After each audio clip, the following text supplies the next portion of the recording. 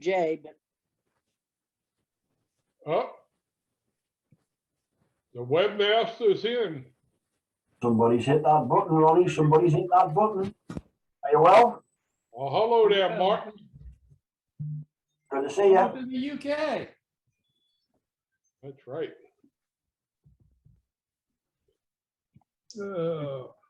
It's already past Martin's bedtime. It is. I've just got out of bed to come down and see you all. That was awful nice of you. We haven't seen Paul Hannaby. Is he doing okay? Yeah, Paul's doing really well. He's just working lots, and at the moment he's having to travel to work. So he's having to get up really early to go to work. So that's why he hasn't been around. But Paul will be back as soon as he finishes this last contract of his. Good, good. Well, didn't anyone tell him that work is a 4-letter word? Yeah, I know. I know. We try not to do too much of it over here, but it doesn't work. What does he do? I think he works for some type of it's a military organization. I'm sure he works for military, and it's something to do with the computer systems and that sort of thing of the military. So he does travel around quite a lot. Hello there, Mr. Ron Radcliffe. Good afternoon. How are you doing, sir? I'm doing great. How about you? Good. Somebody put a screenshot on there. Have we got screen share open?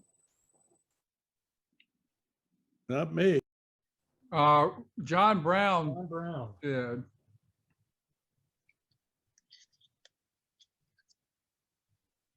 Let's see. John, you I need to like turn that your screen coastline. share off. As you should be able to stop it if you just hit the option. There you go. it worked, guys. Thanks for letting me change my name. We'll let you call yourself anything you want here. You don't even have to go to court to get renamed. I'll tell you, I've been called a lot of things. Me too, and most of them not so good. Exactly, exactly.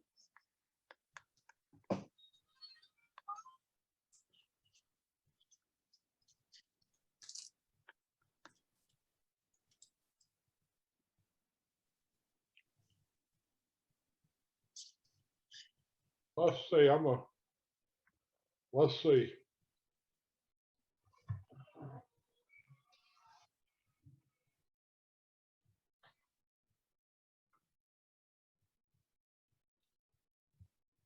This could be dangerous. Could be. Hey, Rusty, are you munching on something nice there? Yeah, but it's all gone now. That's no good. You've got to share it with everybody.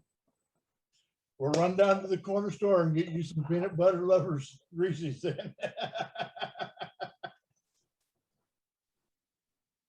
Lou, if you change your name, I'm gonna change mine. What did you change your name to? Oh, geez. The Fonz? Yeah. That's all right. That's the first time I've ever seen him move except for the talk. There you go. Yeah. You're right there, Donald. He's usually just sitting back there and not doing nothing except for running when he wants to say something. There you go. Wow.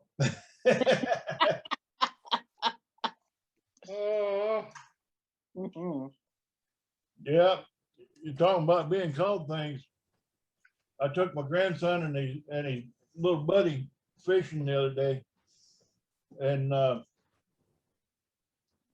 we'd been sitting there fishing for a while and wasn't catching anything. Grandson looks at me and says, "Grandpa," I said, "What?" He says, "Back up a little bit." I said, "What do you mean back up a little bit?" He says, "Back up so the fish can't see you." I said, "Well, what do you mean?" He said, "Well, you're old and ugly." Oh, old and ugly. Boy, the double. The double. Ooh, that was a double hit there. Yeah. That's bad. And, you know, kids usually sit there and tell the truth. That's the worst part. Yeah. Did you make him swim back to shore?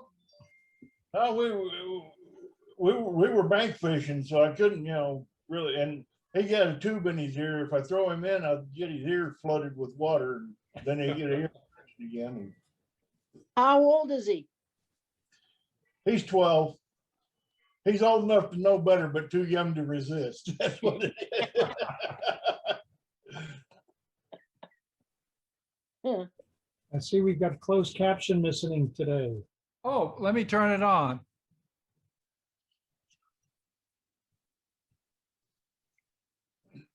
Thank you. My pleasure. I have to turn it on each and every time.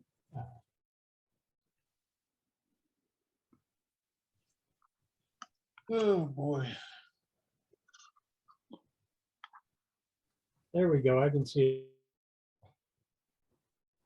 Hey, while we're sitting here not saying a whole lot, anybody ever turn any juniper wood?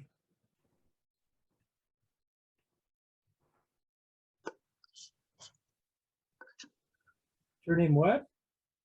Juniper. Anybody ever turn any juniper? Isn't Western red cedar technically a juniper? Yeah, I think. Yeah, I think so too. They got the little berries on there, so I guess it really is. We got a lot of juniper out here. Juniper and that damn Russian thistle, or not Russian thistle, but Russian olive. I would think you could probably get some really nice pieces out of the root ball. Well, a fellow just down the street here just cut a bunch of juniper back and trimmed it back and everything. And I was thinking about trying to get a hold of some of the, seeing if he'll let me have some of that wood. Do it, turn it. Worst thing that could happen is you don't like it. This is true. I've been trying to get a hold of some of that Russian olive. I talked to a tree guy, and he said it ain't like other olive woods. It's not real pretty and fancy grain and all that. It's said it looks like cinnamon.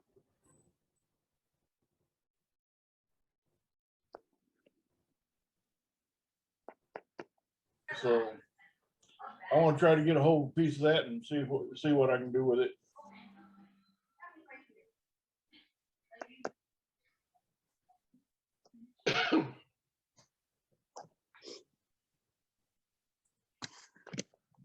Hi, guys. Hello, Hey, Miss how Brenda. are ya? I Oh, know I'm hi, not hi. here. So, Who's that hanging down there? Yeah. yeah. Thank you. Talk to you later. Good night. Bye-bye.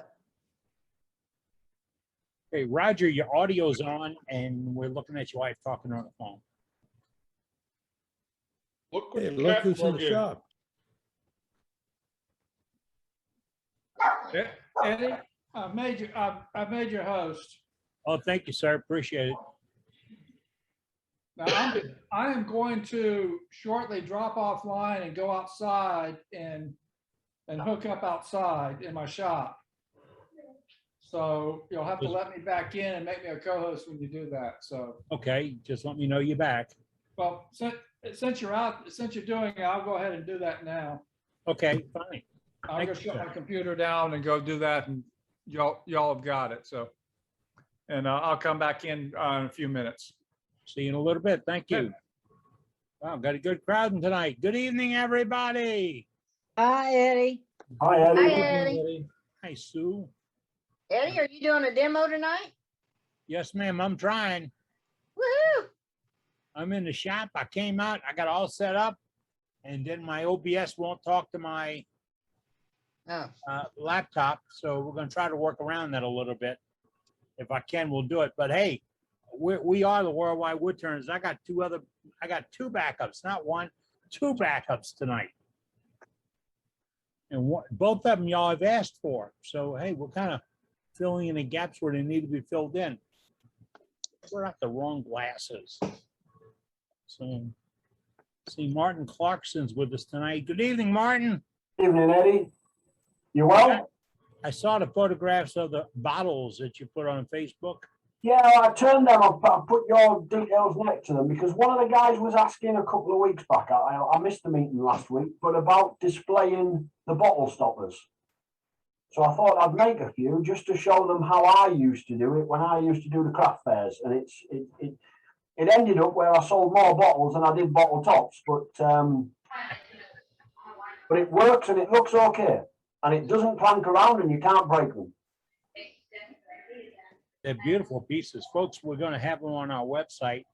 They'll be in our newsletter and on our little pop-ups that we're producing to go on Facebook and YouTube to promote the organization, so that if you're looking for us, you know where to find us. I'm really having a ball at this right now. I'm beyond management because of that. I had a medical thing today, and the health coach said, "Hey, do you have any wishes?" I said, "Yeah, I wish I could get rid of this damn cane." And she said, "Well, that'll come the day after you die. You won't need it." But at least they're honest with you, you know? I love it. But everything else is looking good. Boy, I've been out playing in the shop the last couple of days. Brenda, look, I'm wounded. Oh no, what did you do? Just walking around in the shop and touch on things lately. I got like 5 on one hand and 5 on the other and a bruise on the arm. And I don't remember getting hit. Put your name on the Band-Aid brigade. Yeah, I tell you, yeah, it's either that or my wife has beaten me when I'm sleeping. I don't know. That could be. Eddie. Brenda, you got a munchkin in the background. Yeah. My week for my grandson. All right. Yeah. My wife just checked on me. She's got the munchkins tomorrow. There's 3 of them. She's taking them to the trampoline place. Boy, does that burn them out quick. Okay, well, we got a nice crowd in tonight. Hope everybody's been out turning. It's hot as Hades. Might be the reason I had a little technical problem tonight. All the gear's been out here and set up, and it might have got a little warm. Or we had a glitch in the power in the internet today because the contractor down the street, he saw those wires up in the air and he decided to rattle on them. So we all went down for a little while. But hey, things get better. Things get better. Who's turning what this week? Hey, you're in the shop. Yeah, Billy, I'm in the shop. That's great. Yeah. Say hello to FEMA guy. Wait, where'd he go? I thought I was watching an old video for a second. I'm like, man, no, he's in the shop. Yeah, I've been here. In fact, last weekend I didn't need the air conditioning too much. It dried out a little bit, which won't hold up here in Louisiana. Oh, Doug's in. Yep. Watch what y'all say now. Dougie fresh. What's that you were opening there, Billy? Oh, some Blackstone grilling accessories. So you're out grilling? No, but I've been waiting on some stuff. Oh man, there's just too deep hot to go grilling. Better have a good fan or a good breeze box. I don't know. Grilling's worth it, Eddie. Oh yeah. Yeah. You can't get good food anymore. You have to cook it yourself right now. The restaurants are just they're not back up around here. I've been doing a lot of smoking. Mm-hmm. Yeah, Smoked a Boston butt earlier in the week. It was so good. Yeah, I did ribs about 3 days ago. There you go. Yeah, I just picked up a smoker just recently. I haven't used it yet. My son used it before he decided to get rid of it, and then now it's mine. I got a brisket in the freezer right now that I'm gonna have to put on there. Did you get pellet smokers? Yeah. No, mine's wood. Mine uses charcoal and wood. Y'all got me, man. I'm salivating. I got a pellet smoker, and I'll tell you what, that pellet smoker is so easy to keep clean. It's Yeah. wonderful. Not only keep clean, but easy to use. You just, Yeah. uh, The temperature Oh, control is really that- good. Yeah. yeah. I did some steaks the other day on the grill. There you go. Good. I ate sirloins, I think, for 3 days. Too hot to be out there now, though. The other good Yeah. thing about the wood smoker though, and my neighbor loves me because I'll bring him a bag. I'll bring him 5 gallons of cherry shavings or 5 gallons of pecan shavings, or 5 gallons of wood shavings to use in his smoker. So he loves Hickory it. works. Hickory works really good too. I can't get my hands on hickory.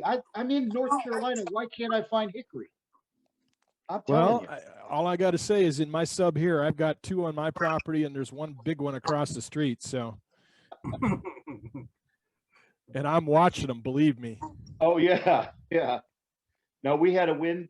We've had some serious storms here earlier this week, and we had a tree blow down across the road on the way to the dump. And I'm driving real slow, looking like I got so much wood in the carport. I don't need to pick up any more fogwood, and yet I keep doing it. Hey, Ronnie. Hey, Ronnie. Ronnie's I'm out there. coming. It takes me a while to hit the unmute myself. Yes, Yeah, ma'am. what's this with the name? Oh, we were playing around earlier. If Susan can change her name, I can change mine. Oh, I just saw it. Okay. Y'all you're don't the want to. Fonz, Y'all huh? don't want to start that. Okay. Remember the It's like rules. the Be secret civil and be hand- kind. Susan wanted to change her name, so they told her how, and none of us knew, so I went ahead and did it too. Good thing I don't know how to spell doofus. Mine'd be the same all the time. Wow, that's cool. It's a good thing we can't change each other's names. Ooh, that boy, that's a positive to this program. Some of us can. Yeah, I hate to tell you, but the hosts can. Oh, I got to do a little looking here. Yeah, Eddie's liable to end up being Eddie and the Bombardiers or something.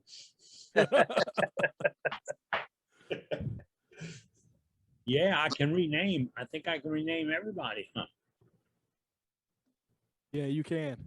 Oh, yeah, okay. Y'all in trouble now. Yeah. Just remember, with great power comes great responsibility. You got to remember.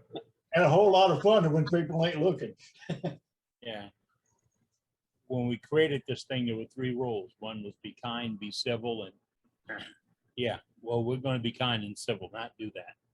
And no buts. And no buts. Well, we sometimes have to reel in an inside joke because new folks coming in don't realize that we're family. We're all friends. We're all sitting on a tailgate chatting, and we don't mean any harm by it. And that's where the no bud guarantee came in. We're not here to insult anybody or offend anybody or pick a side or anything else. We're here to talk wood turning. That's what I love about this. This is great. And we picked up a couple of new members. I don't know if they're in yet. They're supposed to say hello when they come in. But we've got a lot of requests this week about folks saying, how do I join? How do I join? How do I get in? How do I see this? One guy, I'm Steve. actively recruiting on TikTok. Yeah, Steve called me. He says, I'm watching a demonstration and people are asking the guy questions. How do I get and ask questions? I guess he thought it may have been interactive YouTube. Because we don't have a leader in a trailer on our YouTube channel. Whoop, somebody turned off. Turn off your share. There you go. All right, got to go down and change that setting. Well, I'm actively recruiting too. I posted my little test goblet with the captured ring on it earlier, and then posted the link to the meeting to tell everybody I was demoing it. So at least 80 people saw that. So 80 was a busy day.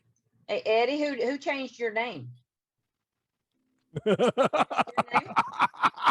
I bet that's Ronnie.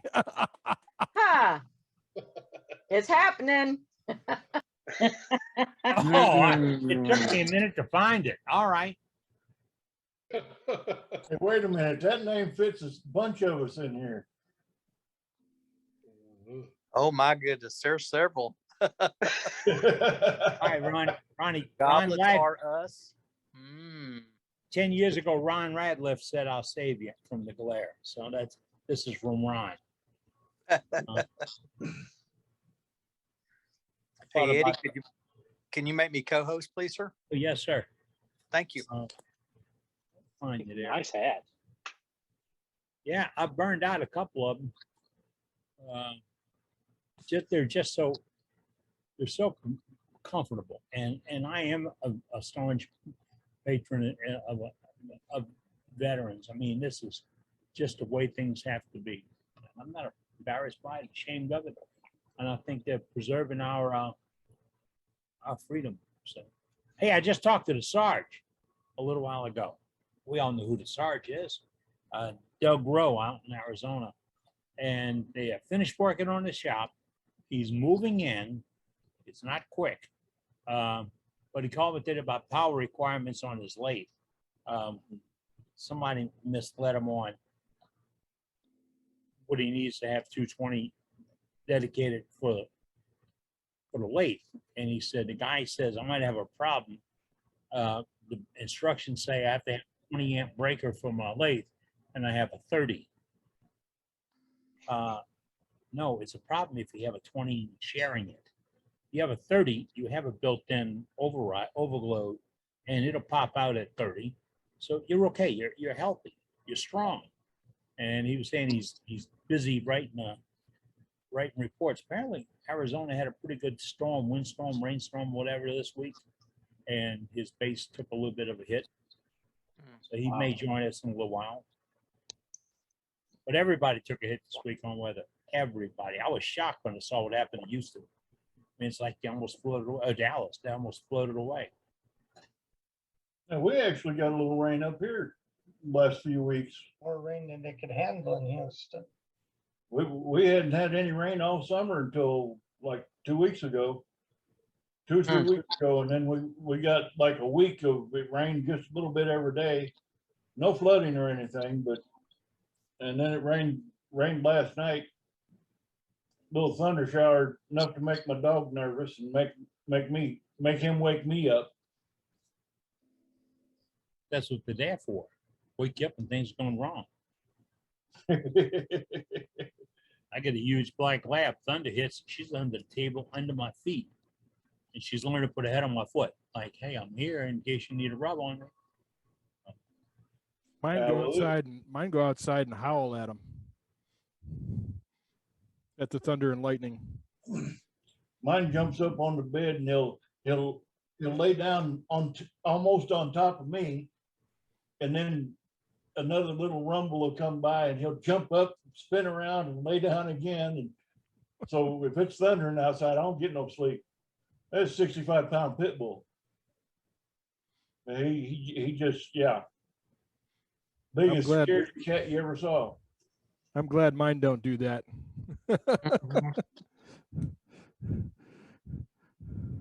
Well, we keep them there for friendship, and they're just big children, so you gotta. Part of the family. Oh, in the mornings, mine will come over and he'll lay his head on my chest like this. He'll lay his head on my chest and just stand there and just soak up the lovings. He's such a cuddle bug. You wonder how these dogs get bad reputations. Because people don't love them. That's the main reason. People don't train them right. They don't teach them right. Yep, that's right. it. That's right. It's like a meme I saw on Facebook the other day. They had a little kid and a dog and a pit bull standing there together, and it says, "You're right. They can be dangerous and mean and all that, and so can the dog." Unpredictable. Response reactive, yes, I understand. Huh, here. Hey, Eddie, Yes, sir, go ahead. can I ask a question on how you take segments of videos that you have taken with your camera and how to edit them? Okay, I use iMovie. and Oh, there's iMovie? iMovie. Okay. You have that? Do you have that, sir? No, I don't. Okay. No, I don't. There's also a DOS-based unit or a Windows-based unit, same thing. There's a couple of pretty decent free programs to edit movies. The one I'm using now that I like is called Shotcut, and it's free. It's a Windows program. Could you put that in chat? Yeah, it's not on my phone. It's on a computer. No, I mean, can you put the address of what it is, what the name of it is? Yeah, I'll have to go look up where it is. Okay. No problem. I just wanted to ask the question. I've got some, I wanted to edit together. Yeah, let me go.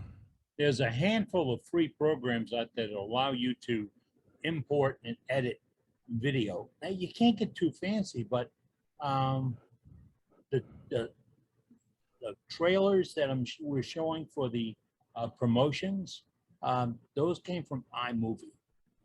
The way I edit the videos for what I do, my business, I run through Final Cut. 2 or 3 days ago, I realized I can generate it in iMovie pretty quick and then move it to Final Cut to add the bells and the whistles. And, but I had to pay for Final Cut. But then looking at, and I do this by YouTube, you find these folks that can help you with all that. And main thing is provide any one of them and type in, I want to do whatever, and it'll give you a ton of videos. Watch the ones that are selling something. They are real only out to sell something. And you don't necessarily have to tell you the truth. You know that. But if they say you can't do this without that, you're a wood turner. Think about that. You can do anything. All right, thank you. Somebody the other day told me he'd like to do beatings, but he doesn't have a beating tool. I didn't have a beating tool for the first 20 years that I turned. I had a screwdriver. I shaped into a beating tool. Yeah, if you can't find a way to get connected and get this done, you ain't looking hard enough. No. Especially in today's market. In today's market, it's out there. It's a beautiful place to play. It is. I mean, the audio and the video. The reason I'm having some problem on demo tonight is I had it where my iPad was throwing video to my OBS, and that I switched over through NDI and into my Zoom. Well, all of a sudden I have a big time lapse. Lost your audio. Your audio just went. Blanked out all the audios. Here we go. Which is good because we'll pick up all that background sound. So one of my co-hosts will blank out the audio because you can only see and hear one person at a time. You need a chat, hit your unmute button, and we'll be with you. You can ask any question you want, anytime you want. You get an honest answer. It depends on the time of the day. We're all out turning and having fun right now. At least I hope we're all out turning. I know it's hot, but you got to do what you got to do.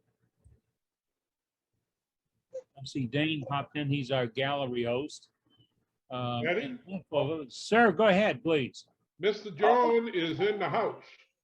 Mr. John Brown's with us tonight. All right, I thought I saw him pop in. I can't see all the entries. Yeah, I'm here finally. All right, hey, John. Yes. Mr. Brown. Yep, I'm here. Said finally. What? You're not late. Something wasn't working right, and I got a few things checked differently on this computer because I was doing something else. And finally got myself on here. I got smart when they clicked all, but do you select all these selections and I had like quadruple audio coming in at one time. Got to go back to reset, start over again. Something popped up today I wanted to mention. Dane Chandler's in the house. He's our gallery master. If you got something you want to show on gallery, here's the rules. Darn it. You go to the chat, you type in, I've got something to show in gallery. Dane sees it. He introduces you. And listen to this. When Dane says who he's talking to, you got to start talking. Because with 80 something people in the audience, he can't scroll through all those screens checking names. It's not that easy to do. And it's not expected. We expect you guys to do your part as co-host. See it? We can give it a title. Our webmaster, David Rose, is with us. He's our webmaster. He takes care of that ever awesome website we have. This morning, I was trying to explain what we do, and my health coach called up the Facebook page and said, "Oh, look, it's got a button, and look, if I push this button, I can join." I said, "Yeah, right. You can join just by being here. There's no membership fee. There's no requirements." I like to say no money changes hands because we're just friends, and that's why we can say it. Something I noticed, Eddie, about the participants list is it lists all the co-hosts first, and then it lists everybody else in alphabetical order. So if we've got a first name, that makes it easier to find people that way. Yeah. To spotlight them. However, sometimes the names don't show up as alphabetical. Yep, true. Yeah, well, when they first get it takes a few minutes for them to roll to get in line. They're here, but they're not in line. Sort of like in the military. Well, that's an expression I can't use. So Matt, I see we got you in the shop. Are you doing a ring demo tonight? I saw the one you did earlier today. Yeah, that was my first one. So I figured I'd better do one before I offered to do the demo to make sure I could do it right. Good idea. Right on. So as soon as I finished it, I called Eddie and said, "Hey, I can do this now." Yeah, I figured as much. That's why I didn't hit you up. And we also have Trace just moved to his shop. He's going to do a tool sharpening demo for us a little bit later on. And remember, all you existing members, new members, whatever, we want to expand that sharpening horizon a little bit, because if you don't have sharp tools, and some folks, I can't do that without the rig. And you're gonna find out tonight, yeah, you can. And in fact, Trace is going to show you one where, yeah, you can. And you don't have to buy the rigs and the jigs and all that stuff. All you need is a little right there, and you got it made. So, Dane, do you have anybody in gallery? Yeah, well, I got one that I'm aware of right now. Let's go to Bob in Texas. He's made a couple. Bob. Like, Here he is out of Mansfield, Texas. You're muted, Bob. You're muted, Bob. Bob, you're muted. Now. Oh, we can't hear you, Bob.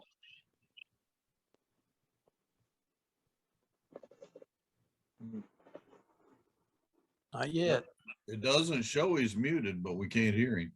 No, he's muted. He's muted on his end. You might have to log out and log back in, Bob. Might have the wrong mic selected. Yeah. I'll come back to you.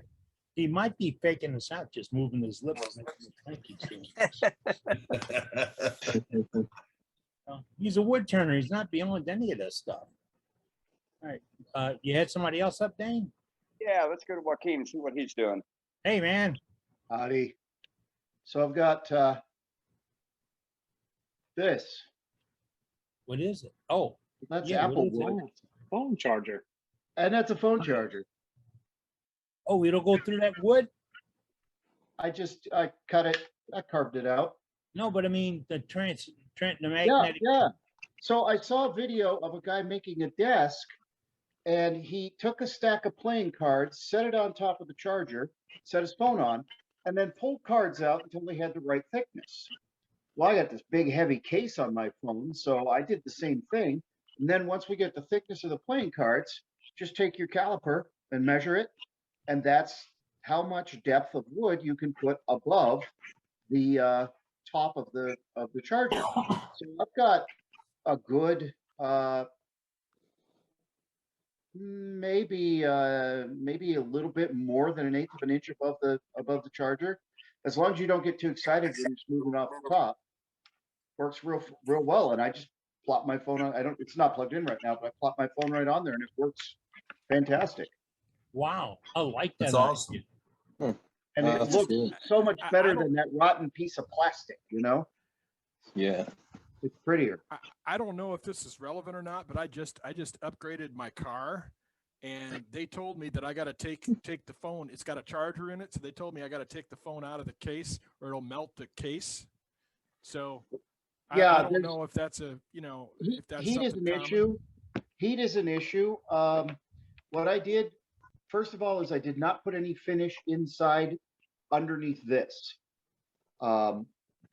What I did do was scuff both the inside of it up and then the top of this charger base, and I CA glued it in there, and I'm testing it. But when I've picked this phone up, because I have a wireless charger in my bedroom too, when I picked this phone up, even through the case, it's warm, but I've never seen excessive heat. Now, obviously, I didn't want any kind of wax or anything on the inside, just because it does warm up. But I have yet for it to get hot enough that it would be something that was bothering. Munchie, hush. Cool, thanks. That's good to know.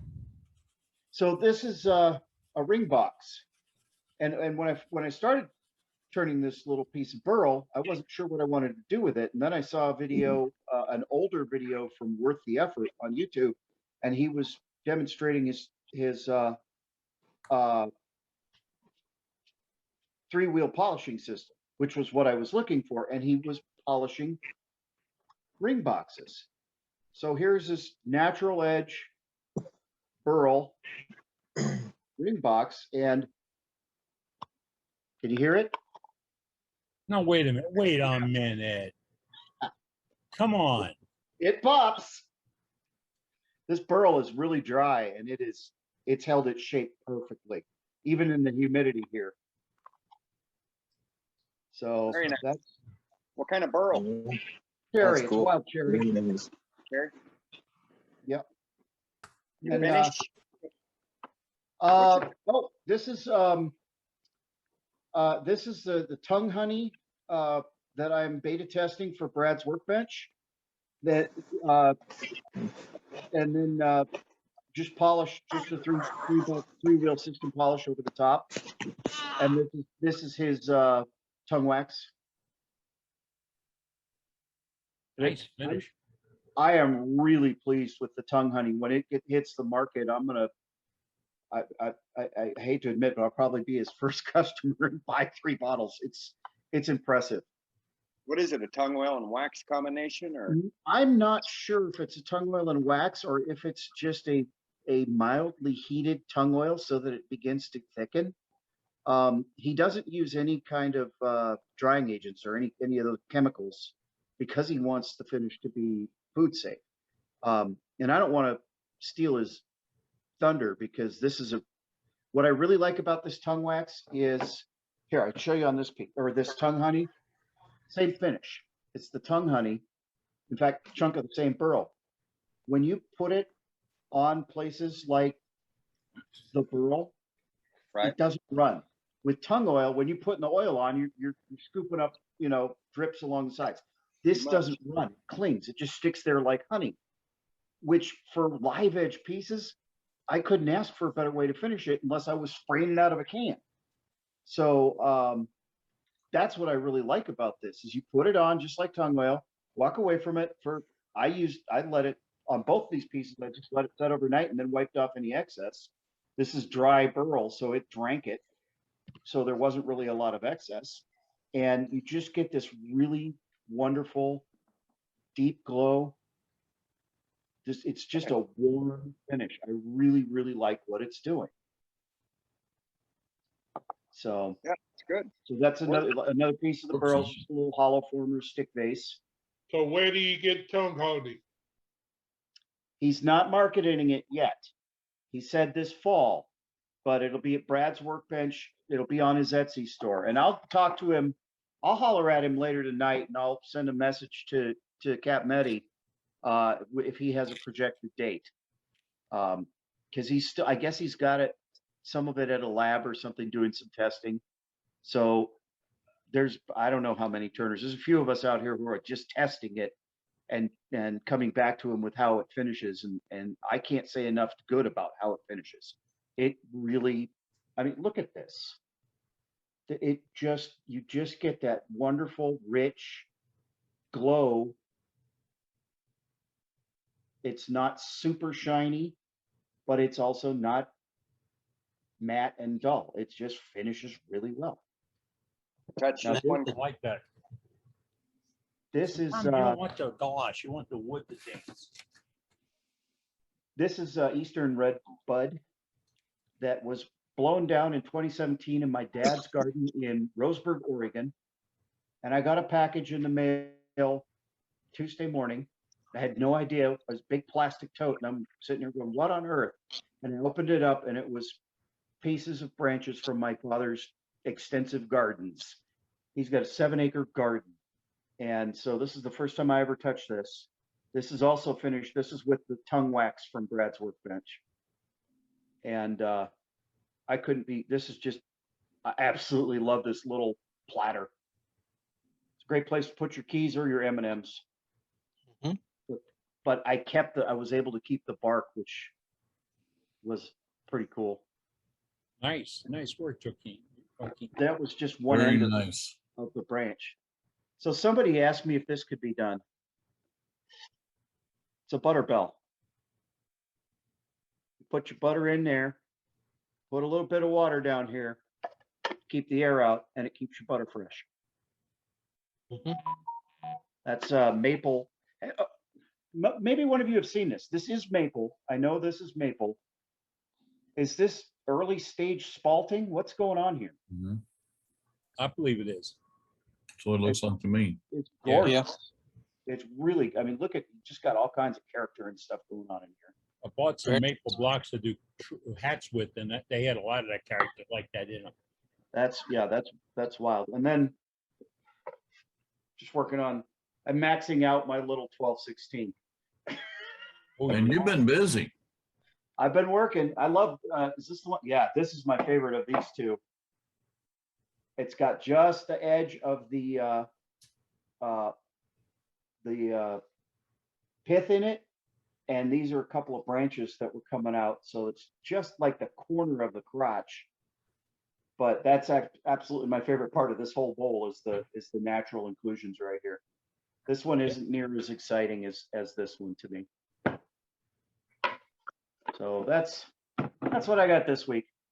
Very nice. Sir, some really nice work. Can we get Nice can work. You, please give us a photograph of that butter holder?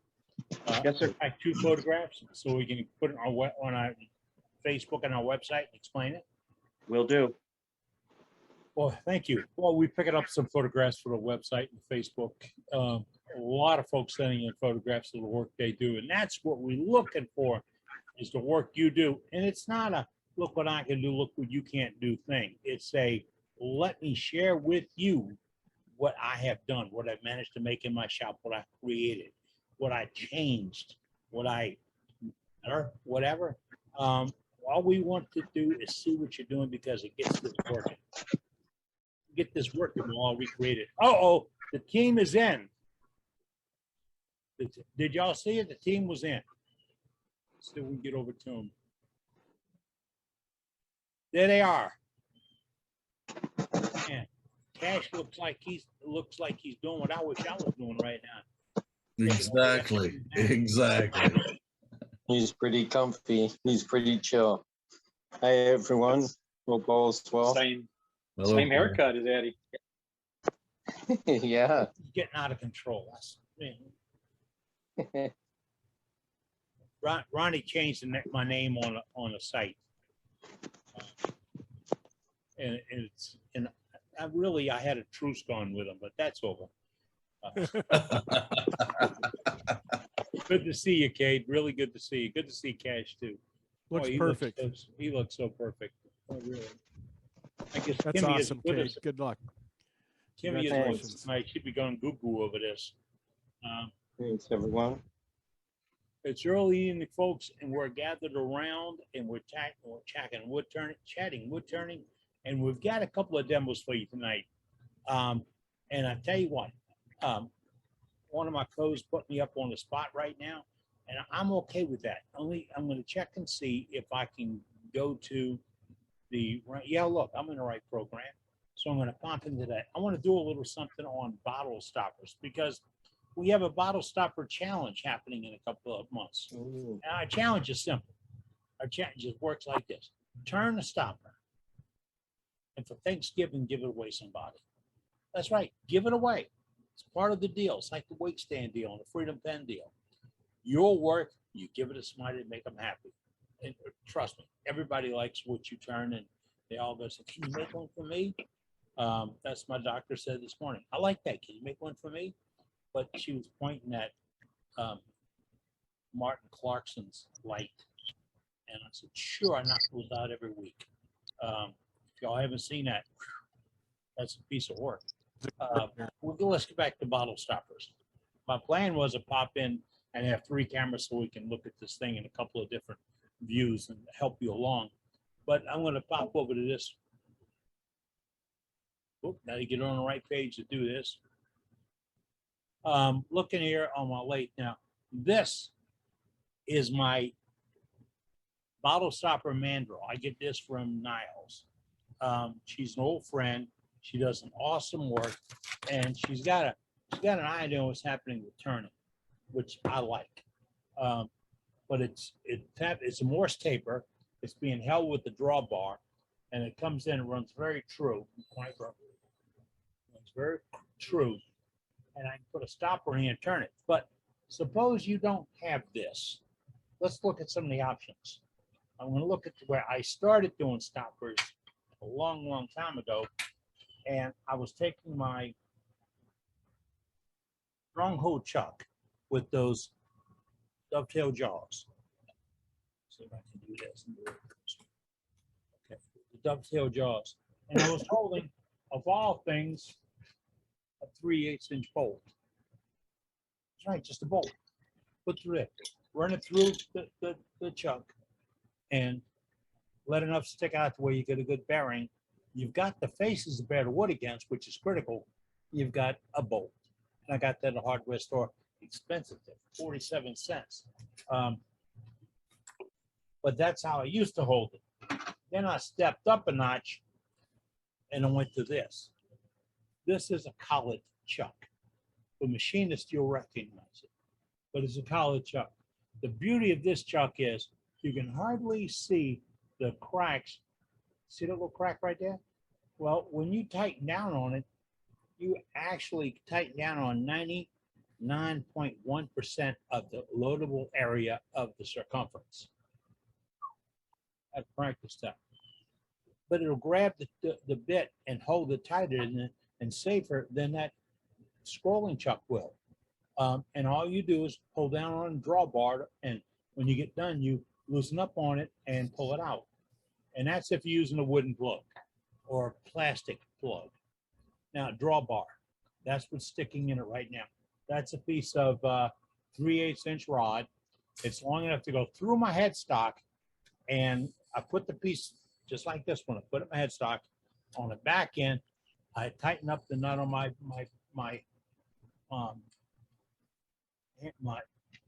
rod, pull it against the tailstock, and it locks it in. Now I have this for these two, my pen mandrel. I've got a drill press or a drill chuck number 2 for fitting that. All those items are available to help making your work with a little bit less vibration. Now, if I can put this chuck in and I can slap it with a hammer, and it'll be in my Morse taper. If my Morse taper's not clean, it'll be in there crooked. But it'll be in a Morse taper. When I'm cutting, if I cut towards the crown or towards the head, towards the tailstock, I have a good chance that harmonics will sit up and I'll pop it right out. Well, with the drawbar, you can't drop it right out or pop it right out. So the difference is what you prepare for. All right, now we have that done. I wish Tim was with us tonight because I could talk about this. This is a great use for scrap wood. And I know that term is not permitted because there is no such thing as scrap wood. But I'm going to go in and say, I found some stuff out in the yard. Let's go with this. It's just a block. Oh, closer, closer. It's just a block of wood I got from the yard outside. And I drilled a hole in it. It's way off center. I will talk about that in a minute because that was done on purpose. But that is not a big piece of wood. It's 1 1/4 by 1 1/4 by just under 2 inches long. You probably have a pile of that someplace, and that's okay because you've got a good collection of wood going. Or if you go to one of the trade shows and you buy this set Carolam or what, it's laminated plywood in different colors. This one's ugly brown, brown, brown, brown, and gray. But you can get this. This is not that expensive. You pay more than $2 or $3 for it, you got robbed. But there used to be a firm in Florida that would sell it, and it was drops from another manufacturing thing. I wish I could find that name again. It's Diamond Lamb or Dyna? Diamond Wood, D-Y-M-O-N-D Wood. Diamond Wood. We're Craft Supply. Spectra. Craft Supplies used to sell it. Somebody said Spectraply? Yeah, Spectraply, yeah. Spectraply. There's also frog blanks, which are very high quality. Frog blanks are amazing. And these things bring out a lot of color. I mean, they can, you play with them a little bit, you get some fantastic work out of them. I had the one I turned yesterday. It must have rolled on the floor just now. Also, Rebecca DeGroot has been raiding her local skateboard stores for broken skateboards and cutting up the broken skateboards and gluing the boards together, which are already partially colored, ply like that. And she's made some interesting pieces out of that too. Yeah, I've seen that skateboard art, and some of that gets pretty wild. Yeah, she gets some herringbones going. It's cool. Yeah, so it's things you can play with. And this is a piece I did out of Spectraply. And it's the same brown and gray. Did a little simple shape. I didn't want to get into art. I wanted to get into how to turn simple shapes. But that's it. Now I did this whole piece here with the 1/8" Ellsworth type gouge. Was it cut nice for one reason? I didn't abuse it. And I say abuse it because when you get it, it's going to be square like this, right? Okay. Now, I'd have to be, pardon me if I offend you, I don't mean to. I'd have to be a village idiot to put this on a lathe and start trimming it right away. It is a laminated material. And it could be drilled a little off center like this is. And what it's going to do is hit on the corners and hit hard on the corners. And when it hits hard on the corners, it's going to blow it up or blow it off the lathe or snap off that dowel. But so what do you do about it? Well, you fix it right off the bat. This is not any math problems or anything else. All I did was take it to the bandsaw, and I'm using a 6/2 per inch because that's what's on it right now. And I knocked the corners off. So I went from 4 corners, beating the heck out of it, down to 8 corners, and I'm not beating it up, and I have less of a blowout. And if you try this on anything small that you're turning, well, why did I say small? If you try it on anything you turn, you will find that you'll get a better start because you don't get that hammer effect. And that hammer effect does a lot to you. It hurts how you hold it. it hurts the alignment, it messes up the alignment, and it's dangerous. And I don't want to see you get hurt. That's a real important thing. I don't want to see you get hurt. And the next part about this before I chuck up some wood is what can you can't do turn. I've got to show you this one because this is a piece of black palm. Black palm. That's a good looking piece. Yeah, and there's absolutely no finish. I just took it off the lathe an hour ago. I hadn't even finished sanding it. I sanded to maybe, I stepped up to maybe 320, but it's got some great color now. And that's the color to come. Yeah, it did look on it. That's the color will come out when you go ahead and seal it and bulletproof it. And I say bulletproof because you really have to go after these things with a CA finish or several coats of depth to protect it from the alcohol it's going to be around. But that's black palm.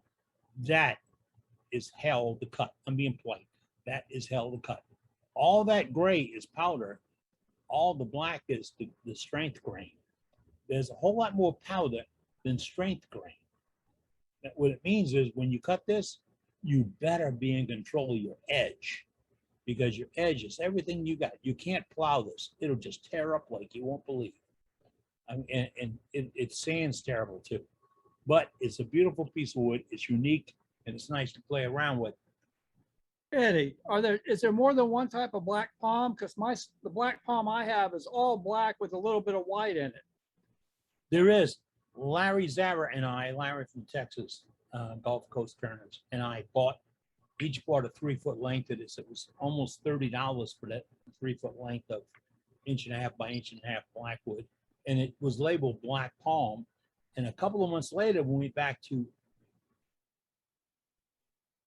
the lumber yard, you know what I'm talking about, in Ponchatoula, their black palm was a different color, different type. Well, my black palm is black with, it's the reverse of what you have. It's black with white specks, white in it, versus white with black in it.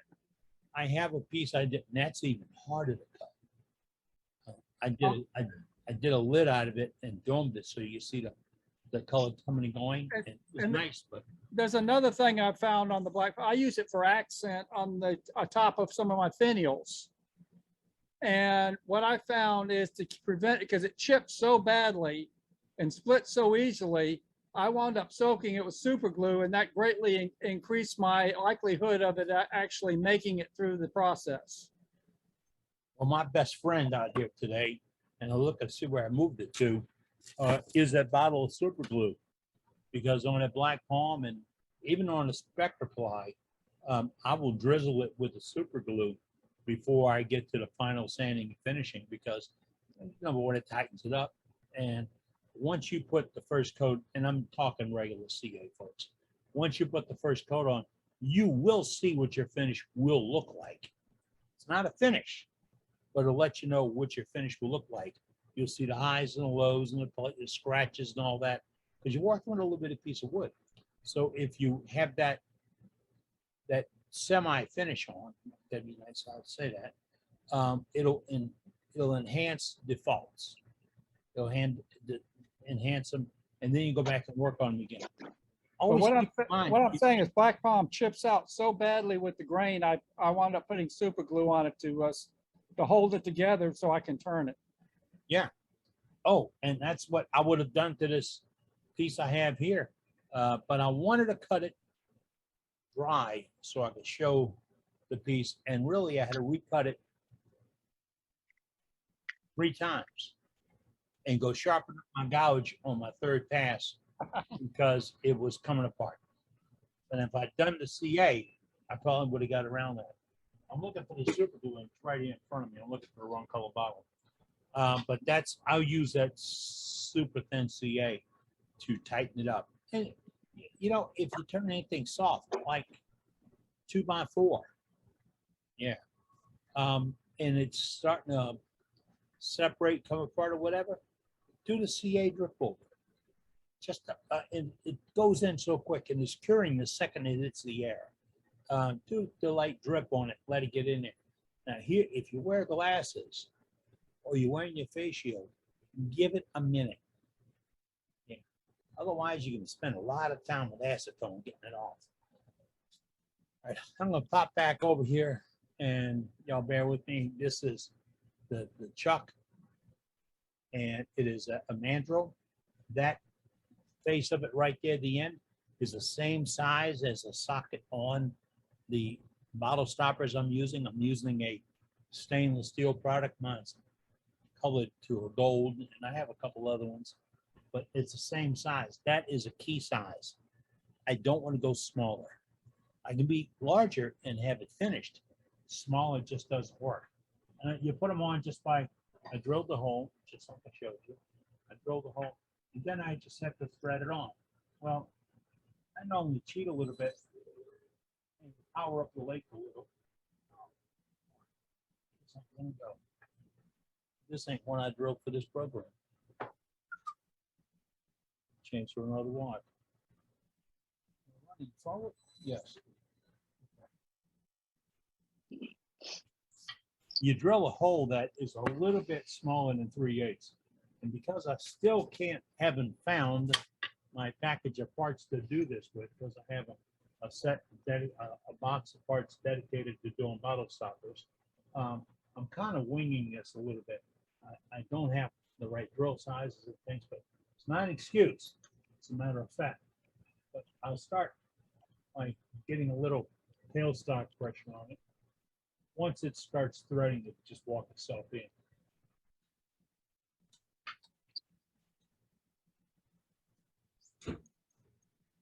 Now here's the deal.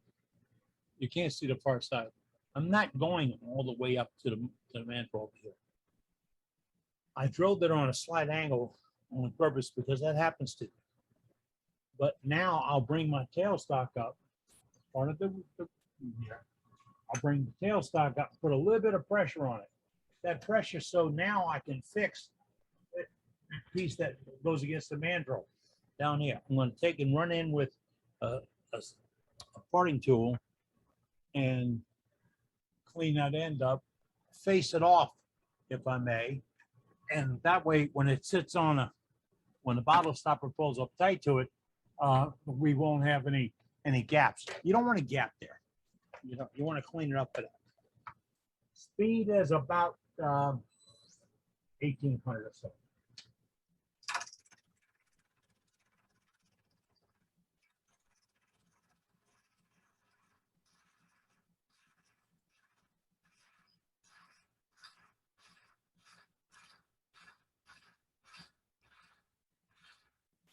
Because I don't like dulling my tools, I switch over to an older type of paper to go up against the steel. Right now, I just hit the steel. And I did it when it's cut. And you see how that stuff fractures off so easy. Now I'm at the point that bottom has been dressed off. Now that'll give me a great connection between the bottom and the stopper. You don't want people to be able to see between them. It's just not, it's not pleasant. Okay, now we're still between centers. I'm gonna knock the round off this. Now they call it a roughing gouge, but it's not a roughing gouge. It's a gouge. And it's just like a bowl gouge, a little bit deeper V. And see, I've got the corners knocked back a little bit. I don't like that high point roughing gouge. That's okay, it works.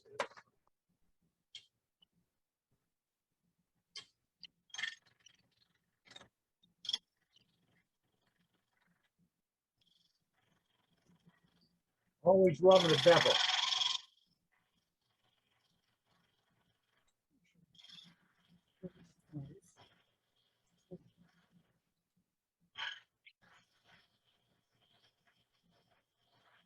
Notice the tool angle. He's not going straight in, stabbing it. I'm running that bevel. Always that bevel. I don't like checking wood when it's spinning because I've got splinters lasted years. But the color on the camera was better. You could see it. Its color's starting to come out, and I'm not up to full speed. I'm going to crank up now. I'm on the second stage, so I'm going to get up to around 1900, 2000 RPMs. And now I start getting creative and I go anywhere I want to go. If you want about designs, look at chess pieces, look at antique vases or vases, look at pleasant shaped tops of pottery and bowls, etc. They're all like a modified spindle or modified finial. And that'll give you some ideas of where to go for some of these shapes. I got a 3/8 inch Ellsworth type round.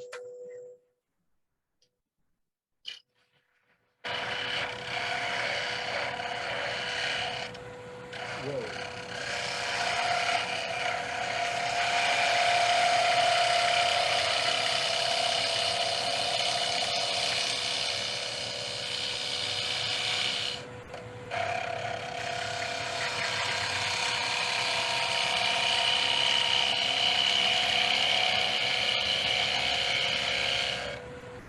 Was a lot harder than I thought it was. This piece is hard, much harder than when I started this morning. Pardon me, my chair is stuck on my mat.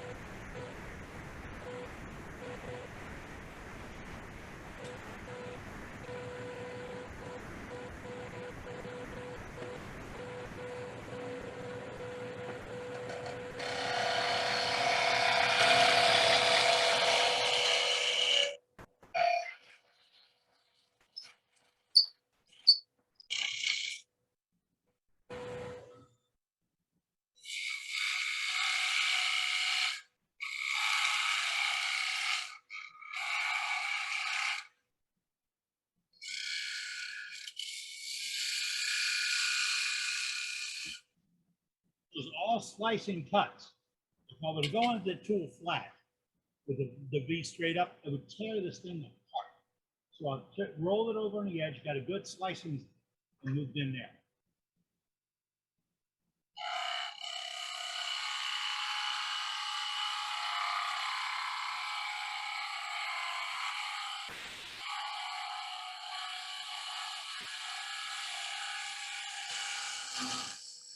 Well, I don't want to go uphill.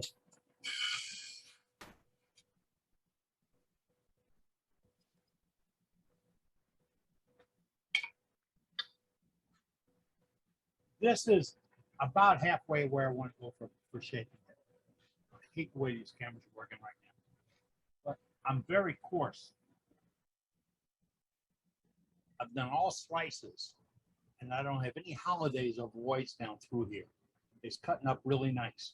Now, if I'm sort of happy with that shape, I'm going to go ahead and start in with the simplest thing we can do. I'm going to scrape it a little bit using a regular 3/4 inch wide or 1 inch wide bullnose scraper.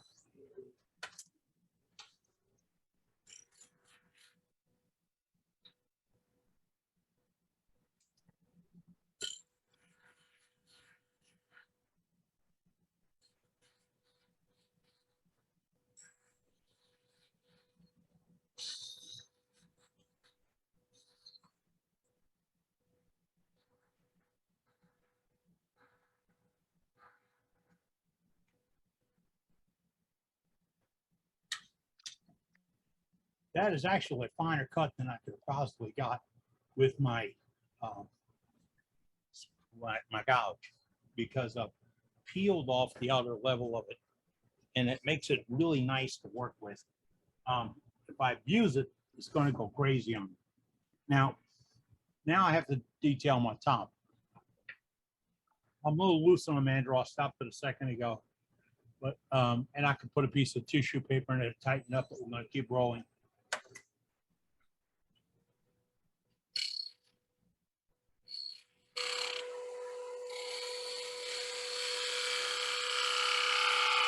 Gentle cuts.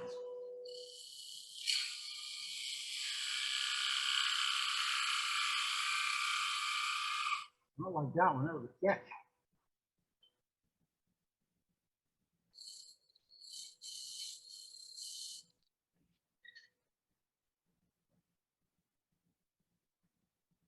Because I was between centers right now, I can get a good cut on this, or a good slice. And I'm pointing out that it's a slice. It's where your blade actually cuts the wood away instead of tears it away. I got a problem watching demos where the wood goes flying clean across the room. I don't like that. I like cleaning up the inside of the room. Oh, well, y'all know I don't like cleaning up anyway. Get back to it. Now, I'm way off my mandrel a little bit. I'm still going to go with slicing cuts. That's why I stopped here.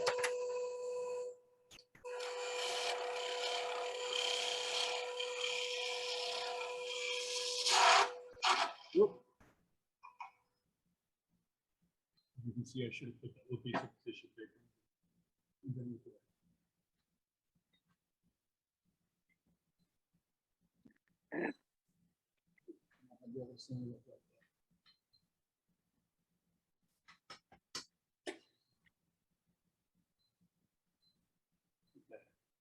Looks like I busted from my drawers. That's how they say it. When I stopped it earlier, I messed up the threads on this. What do I do about it? I want to save this piece. I don't want to lose it. I have a miracle drug that'll fix this. It's called CA. Drizzle a little bit of CA down here and let it set for a little while, which means you and I will not be doing this together. And then I put it back on my mandrel and a little line of CA. I ain't go to medium thick. A little line of CA will help you recreate those threads again to get them back on. But all in all, it was a quick project. We always talk about how fast these things can go. That is what I have left. I should have finished it up, but I couldn't get there. Eddie, Go ahead, please. there are threaded inserts knurled that you can put in that hole to fix the threads. Yeah, I get those at the hardware in the corner. Yes. U-taps or something like that. Yeah, something like that. Yeah, I think I have a box of them around here somewhere. I find that if I would have stopped early, first realized it, and performed the CA fix and went back on it, that and a little piece of miracle paper, they sell it like toilet paper, that'll help. Even a piece of wax paper. Just make sure anything you put in is not so strong you can't get it back apart. With this, I can get it back apart. If you use something that will react to the CA, you might as well hit it with a hammer. It ain't coming off. But a couple of weeks ago, we were talking with Doug, and it was about projects that you can do quickly for craft sales and flea markets. Not, you know the stuff I'm talking about. This is a 15-minute project. That right there. Now, if you take this one I did a couple of days ago, if I take this and I gotta get it in my spot. I take this and I burn a few lines in it for accent. See, I've got one grooved out in it now. Burn a few lines in it for accent. Seal it with a def lacquer sanding sealer. Buff it out a little bit and then get it ready for lacquer. I could have this out in 10 minutes. Now, where's the cost at? If you put these stopper bottoms on it, I sat down here, everything was laid out where I could get to it, and I must have bumped something and it's rolled on the floor. But if you want to use the stainless steel stoppers or top poppers, because they make top poppers to go with the work with this. If you want to use that, you're talking about $5 or $6 for that part. If you want to go to Harbor Freight, Treeline, Penn State Industries, or a few other firms, you can find the natural cork ones that'll go with a 3/8 inch hardwood dowel. If you're buying the cork ones and they sell the dowels, get the dowels with them. Their dowels are straight cut hardwood, and they've got a little glue divot in them to help them bind up. And they're stronger than the Hobby Lobby dowels will be. Hobby Lobby's dowels are made more for decoration than strength. You want one for strength. If you're using the plastics fit over a dowel, and the same thing. Buy the dowel where you buy the plastics. You can have less than $2 invested in creating this if you paid for the blank. And the finish is quick. And Trace, the way he does his Christmas ornaments, he does a bunch of them, and he hangs them on a piece of wire and he sprays them. Same thing. You get everything ready, wrap a piece of string around it, and get the dowel. And this one, I could stick that piece of hardwood dowel in here and hang it by the dowel before I put the stainless on it, and I'll put a finish on here. And then I can take that finish, go over to the Beal or other buffing system and buff it off, make it shine like a diamond, add a little wax to it. But that's how you can decorate it. That is a simple, really quick stopper detail. I've got about 20 of them prepped the next couple of days. I hope to get them all knocked out because Christmas is coming for me too, and Thanksgiving, and I'm trying to get a meal. So, any questions, folks? What is SI metal? I didn't hear that. Hello? What is W metal? My volume way down or way off? Or? Getting your feedback, but I cannot get the question. What? Am I on? Yeah, I can hear you, Eddie, but I can't hear the other ones. No. No, we're not muted out. So somebody's got a little audio thing going, but that's okay. And It's W. Sir, your audio is not coming through clearly. Okay, remember, you can do this. You can ask those questions anytime throughout the program. We're not a stickler for that. We really can't be. All right. Anybody else have questions on this? No, good to see you turning, Eddie. It's Yeah, it's good to see you in the shop. Yeah, real good. Real good. It is fun to be out doing this. It really is. It's a learning experience all over again. And I don't want to beat the drum on this forever, but what happened to me at TBI, and the word was, you can't go back and do this. Me and my family gave away a lot of my tools and equipment. I had a fantastic riding lawnmower that gave away because I'd never use it again. Ended up buying John Deere garbage. It's great to be back out here and be playing and remembering and feeling. And my wife said the other day, how do you know what you're going to do? I don't know. I came out, chucked up a piece of garbage wood, pardon me, Kim, chucked up a piece of garbage wood and started chopping at it, really. And a few minutes later, I had a little fat baseball club. But I'd used 5 or 6 or 7 different tools, and this knew what to do. This knew how to turn them off, turn them on, how that blade would cut. And I don't really think I had them sharp enough at the time, but, and I had this thing where I don't want it too sharp, I'll hurt myself. I'll hurt myself with a dull tool, but thank you, folks. It's really, really good to be back in here. And doing a little something, showing you what we can all do. And, you know, talking about that, we have 2 other demonstrations lined up for you this evening. Mine, technical problems, but I want to practice. I'm going to get the iPad thing back. It may just all be in how it's setting up. I see there's a lapse between my OBS and my Mac tonight. So we're going to give up on that and just go to live camera shots. I think I know how to set that up, that I can change cameras on Zoom about 3 or 4 times. So we can get back into some real art. What metal hey, Siri, what metal is MO? Now that's Trace, and he's coming up pretty low on my audio.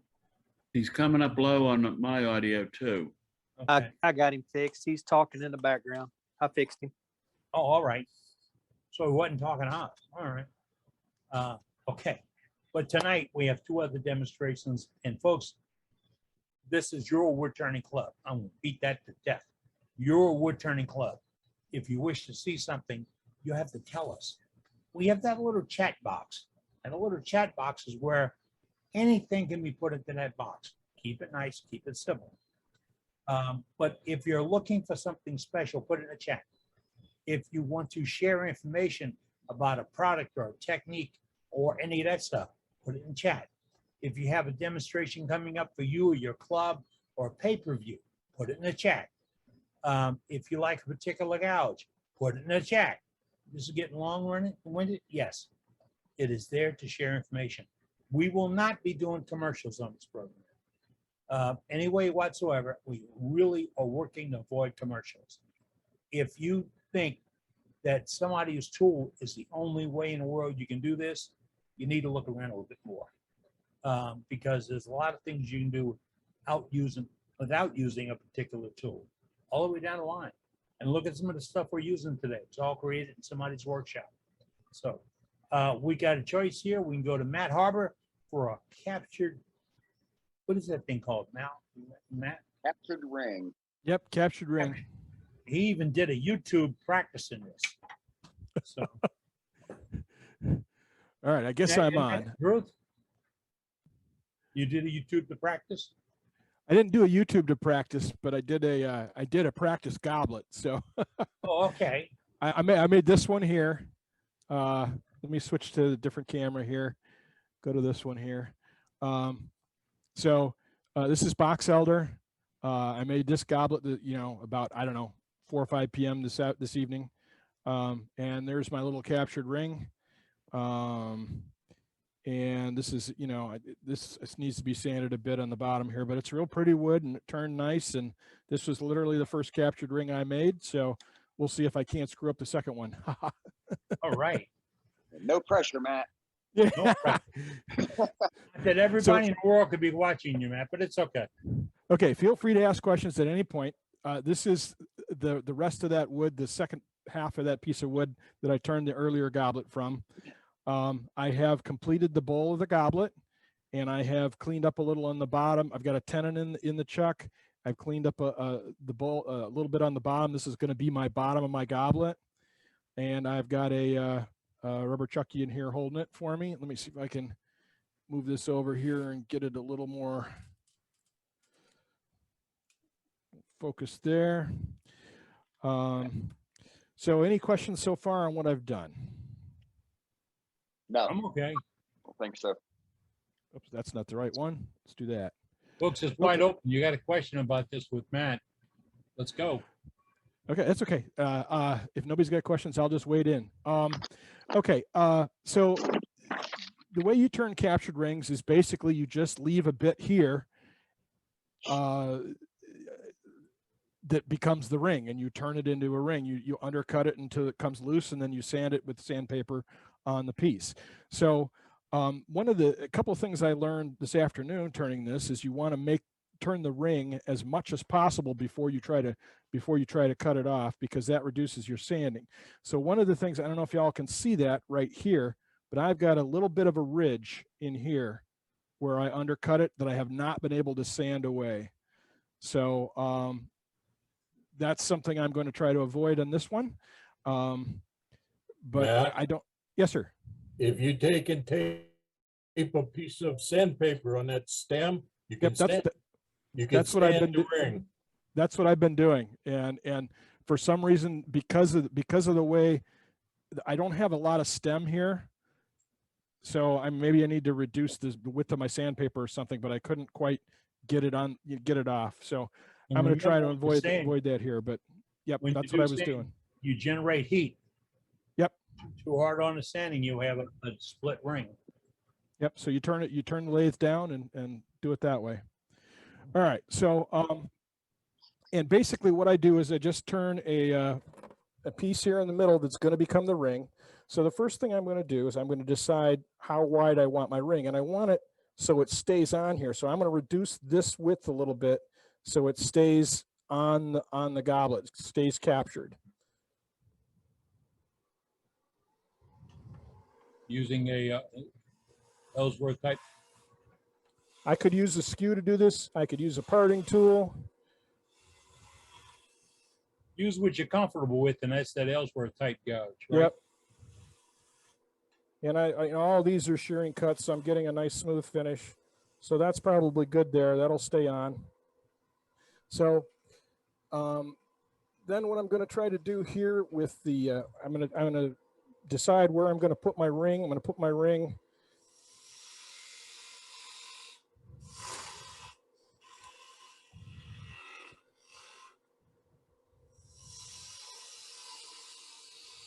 so that bit there is going to be my ring. Okay. I'm just using a parting tool here, but you could use a skew, you could use a bowl gouge, you could use a detail gouge. I'm just rounding off the ends here. I'm sort of using my parting tool like a skew. Now, one of the other things I discovered here is that you need to have room to get in here to undercut this ring. You need to, so this is going to be the bottom of my goblet. This is going to be the base of the goblet, about this distance here. So the rest of this is going to be stem, and I'm just going to part it off. I could use the other tool. That'd probably work better. So I've got room to get my tools in under here to undercut this. Now, I'm going to put some detail on this bit here. Let's see, let's use this to do it with. I want to put some detail here, so I'm going to finish that now so I get this to where I want it. Looks like a little fingernail gouge.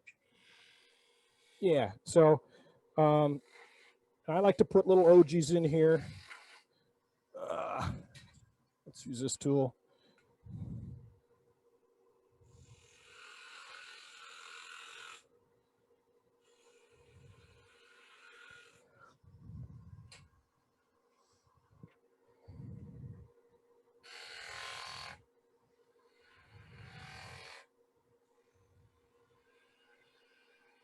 It's not quite an OG. Let's make it an OG. Using a detail gouge there. And then I'm going to reduce this so I've got more room to get under there. This little bit here. Okay. Now comes the fun part. I'm going to try to get in under here and start undercutting the ring. This is a question we had from a viewer or a member a couple of weeks ago. How do you get there? What was the question? How do you get where you are? Or where you're going? You mean, what do you mean to this point? No, when you at this point, where do you go now? Now That's your question. How do you get underneath there and cut it? Last week. So what I've got here is a detail gouge, and I can use this, or I can use a skew. Let's see here. I can use a skew, okay? And this will let me undercut here.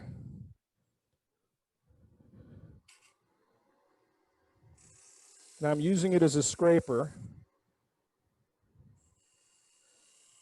And I'm just sort of rolling it underneath, and I got a nice little catch there, so we'll go and smooth that out. And then I can come around here and do the same thing on this side. That's the same kind of double-edged scraper Cindy Drozda loves. Yeah, there you go, double-edged scraper, I like it. One of the other tools I've got here, this is a 1/8" parting tool. And what I did is I ground the end here. I don't know if y'all can see that, but it's a little slanted. It's not quite flat across. And what that lets me do is it really lets me corner around here, around the corners here of things. Okay, so you cut on a point. Yep. And not have the ridge get in your way. Yep. Now I'm also going to use the side as a sort of a scraper to go around that corner. And then I'm going to come back on the other side and do it the same way. So there's a lot of ways you can skin this cat. So when you're doing that, you can ride on the area that you don't have a sharpening on the top of that parting. Yep. So, and one of the other things I want to do here is I'm going to do a little sanding right now. So I'm going to sand as much of this ring as I can on the lathe.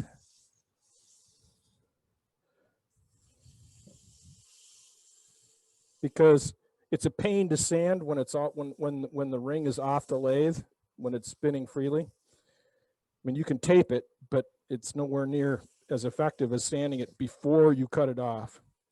So sand the ring beforehand. So I got a lot of different sandpaper here.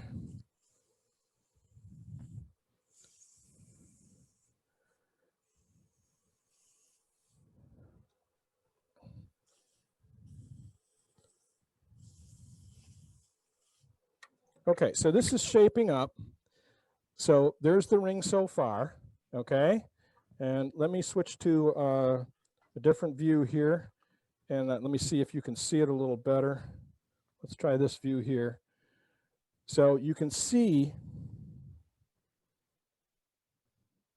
how that ring is undercut here, okay? Now, I'm going to try to curl around, and they make specific tools for cutting these rings off, okay? And it probably work better than the tools that I have, but these work, so why not? Any questions so far? Nope, I'm cool. All righty then. Thank you. Yep. You can take a thick screwdriver and bend it and sharpen it like a steel. Or an Allen wrench and put it in a piece of wood to use as a handle and turn that. I've got a little tool here I bought from Don Derry. He calls it an ornament tool, and it's designed for turning in reverse, but it works really good going this way. Okay. I mean, he got it for turning, hollowing ornaments in reverse this way when your lathe is moving the wrong way in reverse. But this works really well to hollow things like this in this direction. And that leg that's off to camera right, when it sets on a tool rest, it won't let it kick around. Yeah, this bar sits on the tool rest, and you have to angle your tool rest so that it does sit on the tool rest, but it won't grab the tool and catch. So, but I'm just going to use the basic tools that I've got. I'm going to make a little more room here, I think, so that I can get in underneath easier, and then we'll part it off. And then basically you just finish the goblet, you tape the goblet up, you tape the ring out of the way while you finish it, and then you tape sandpaper to the stem and sand it. So. Hey, questions, anybody? Jump in. I'm just going to say I use an Allen wrench for that to get underneath there. To do the undercut? Right. And you're That's holding. a good idea. Now, I could even use this parting tool as a scraper going in like this. So there's a lot of different ways to do this. Hey, Matt. Yes, sir. I took a parting tool, a thin parting tool like you're using there, and made it into a thin badan, and it cut the rings great. I bet it does. Yeah, I have a really thin parting tool also. I've got a really thin one here that gets in here really easily too. So there you go, it's off. So you can see, let me switch to the other view here. You can see that it's got a rim under here that's rough and needs sanding, okay? So what I'm going to do is I'm going to defer that. So I'm going to get the ring out of the way, and I'm going to get masking tape, right? And I'm going to tape it so it doesn't get in the way while I make space to sand it.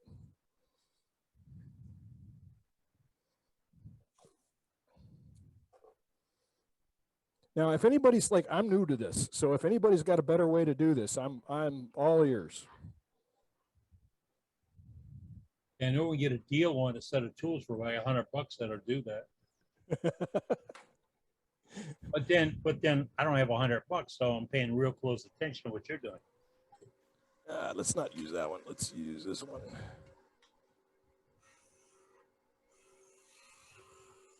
So now I'm just going to turn away the stuff I don't need and finish up my stem here. Switch Matt, can you change your camera? Want to see it on top? Yeah, please. Thank you. Yep.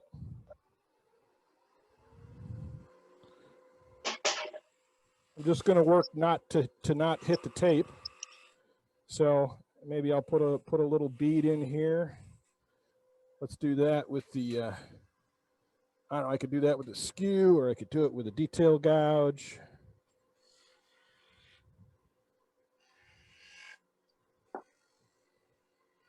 Get rid of that.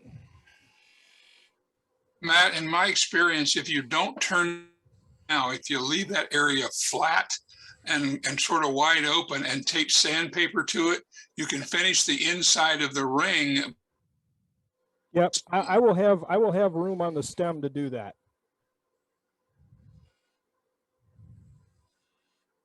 So that's my plan right now.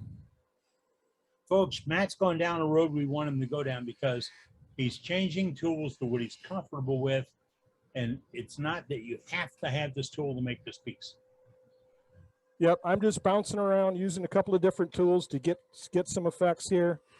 I've got a way I like to do goblets, and so that's what I'm doing right now. And I like my transitions, so I'm going to transition it to the stem this way. So okay, so now this bit is ready. So now I'm going to move my ring to the other side and do the rest of the stem, and then I'll put the sandpaper on and sand it, if that's all right. Oh, that's perfectly fine. Would you sand the top part of the goblet at this point? I mean, the outside of the top part of the goblet? I did that before I even got here. Okay. Oh, okay. Okay. Sorry. I finished the bowl of the goblet before I even started working here tonight. Okay. Yeah. So yeah, the top is sanded. The top is sanded, to the point where to the stem, the base of the bowl here. The inside is sanded and the top has been sanded. Yes. Okay. Okay. Sorry about that. That's okay. Nobody wants to see sanding, so I try not to do that. I miss it so much. But hey, folks, if you're doing a regular goblet without all this on the bottom, you want to finish that cup long before you go to stem. Yeah, you don't ever want to go back to the top, to the bowl, because it's fragile. This is not. Hang on a second, guys.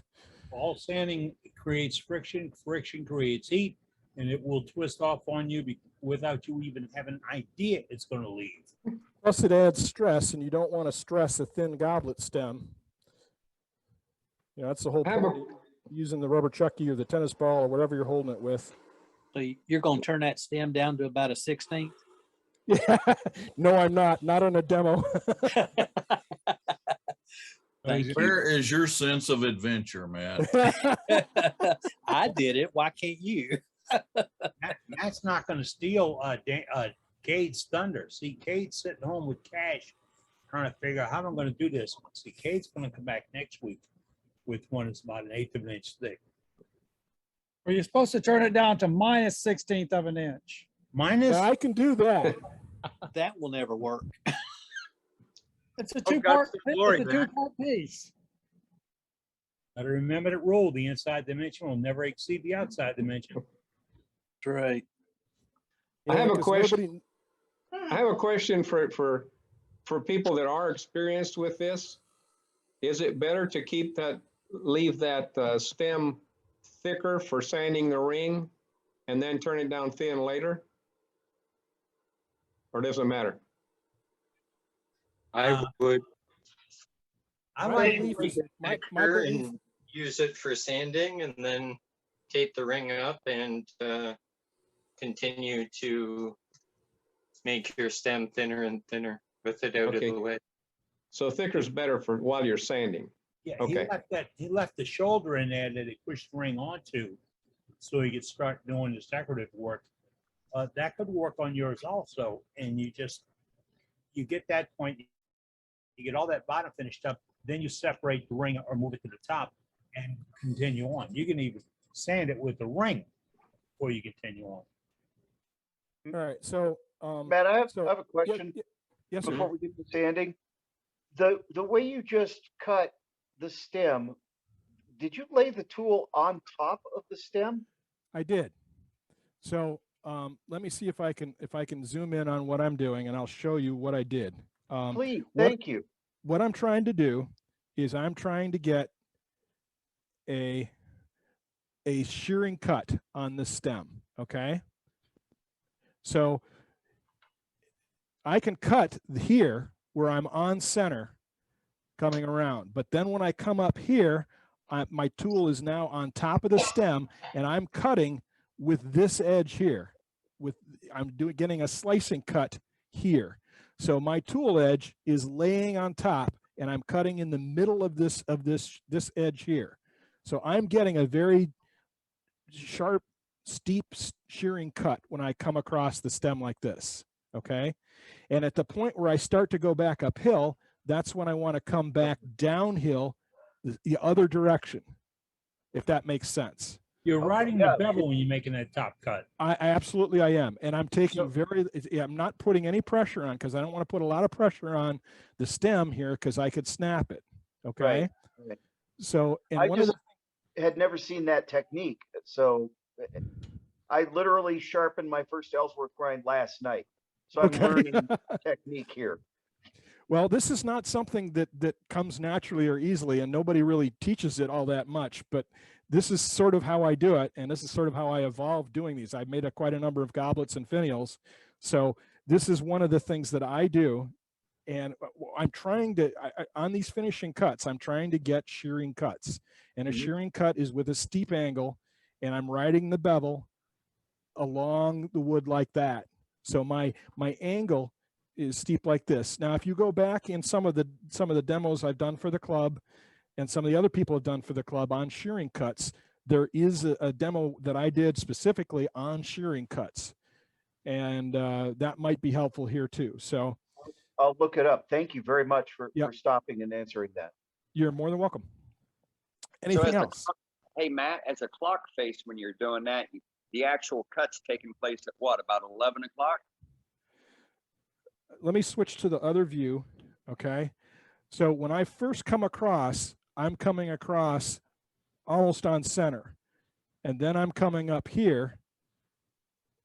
Okay. And as I get into this, as the curve starts curving towards the stem, I get deeper and steeper, if you will. Okay. So right. I'm just talking about, for the members. I'm here as a clock face where the cut's taking place, regarding, like a clock face, we're at. I'm first starting out at 9 o'clock. Okay. Okay. And then I allow the tool to creep up past 10. And as I get here, as I go through this transition part where I'm no longer cutting across the face, I'm now cutting along, it's shifting from the face to the spindle cut, if you will. Okay. As I do that, it shifts up, and where I'm cutting, instead of cutting out here on the end of the tool, it now begins, I'm now cutting down here in the middle of this flute. Okay. So when I hit, essentially you're going from out at the end where it's functioning like a spindle gouge to the wing where it functions like a shearing cut with the skew chisel. Correct. You're correct about it coming to a shearing cut like a skew chisel, but it is all shearing cuts. Okay. I'm getting a shearing cut out here on the end as I'm coming across the face. Okay. And then, so there's nothing to keep me from rolling the tool up to get a shearing cut with the flute here, if that makes sense. Because the wood is now spinning this way, right? My rotation is here. As it's meeting the tool edge at a steep angle, I want to keep that same angle as I roll it down in. So I'm getting a good steep as I the got you. rotating wood is Yeah. rolling into the tool edge. Does that make Okay, sense? I see what you're saying. I got you. Boy, I got some practicing to do. Yeah. Once It's a you've good got thing it, wood grows on trees. once you've got it, you're like, oh, that's what he meant. Well, envision doing it with a skew. You don't have all that back area and you want to get up on top of that piece without turning that corner coming down. And you want to go across it with your skew. What will you be doing? You'd be rubbing your bevel, controlling the cut, and you'd be closer to the top of the piece than ever before. And you're taking light cuts. Yes. Okay. You know, you're not taking a lot, you're not putting a lot of pressure on, you're not getting heavy cuts. Now, as this is coming around, I want this to wrap this way, okay? Because so that the sandpaper is moving into the ring from the right direction. If I put the flap, if I wrap it the other direction, then it's gonna just take the sandpaper right off because it'll catch this extra flap and just tear it off, okay? So that's what I'm gonna do now is I'm gonna tape this like we talked about earlier. And if you take and put a piece of tape on the bitter end of it, then wrap it around and let it flap instead of taping it that way. I'm not sure what you mean by that. Unwrap your sandpaper, put the tape on the end of the sandpaper, and then wrap it on with the tape holding it on, and leave that. I'm pointing and it doesn't do any good. And leave that end of the sandpaper flat. So it's basically making it a flap wheel with one flap. Oh, I see what you're saying. All right, well, let me try this and then I'll go try that. How will that be? I like this. Let's go.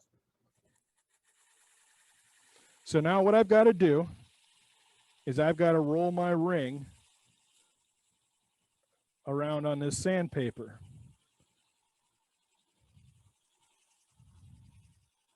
If you just move it around without trying to spin it, you'll still get all sides. You'll just be sanding in the front, back, and middle. Okay, these are great ideas, but folks, if he blows it up, I want him to blow it up on his terms. Come on. I know that this works because this is what worked this afternoon. Okay. I can see where it might work better with just the inner part taped in, because then you've got that flap that's sanding all the way around that ring on the outside.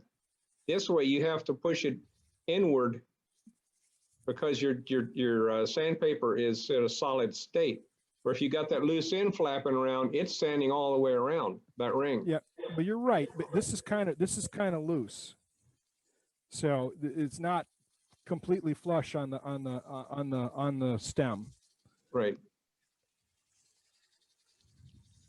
Yeah, folks, remember there's at least 3 ideas for every turner. Yeah, for each turner. Like elbows, no two are the same. Only 3? And I don't want to break my ring. That's my primary goal here. That's it, because we're waiting to see how Or your stem. Or my stem. That's right. Good point.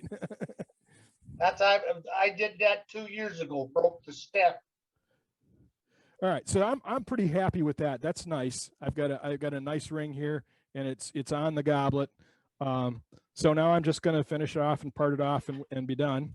I'll take my sandpaper off. At this point, I would sand. You know what? I've got good enough finish cuts on here that I don't feel the need to sand this. So I'll sand here.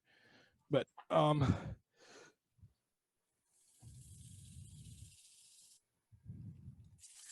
I like to undercut. I like to bevel and undercut my base a little bit. I'm going to tape that. Hang on.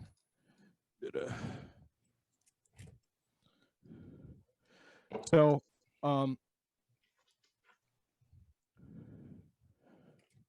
what I've got going on down here at this end. Let me shift this camera a little bit this way. I don't know if y'all can see that, but I've got a little bit. My base comes here, and then it's sort of beveled a little bit, tapered. And I like that because it sort of makes the goblet float off the table a little bit when it's done. So you don't undercut to the edge, you leave a little edge? Yeah. So what I'm going to do is I've got a little bit of a bevel here. I don't know, it's maybe 75 degrees. And I'm going to start my undercut a little bit into this. So it's the actual rim is a little bit off of the table. Okay. And I'm going to use my little parting tool because it's my now favorite tool. And just undercut.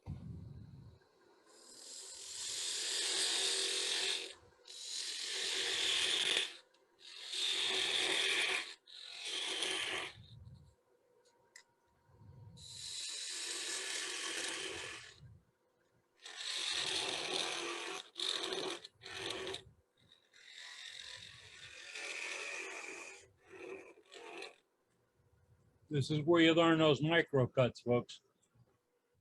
There it is. Good job, Matt. Thank you. Great job, man. Excellent. We did it. Good job. Fantastic. Well done. Looks great, Matt. So there's my little magical captured ring and my box elder goblet. And let me switch to a different camera here so y'all can see what I meant by that undercutting. Yeah, that ain't gonna work.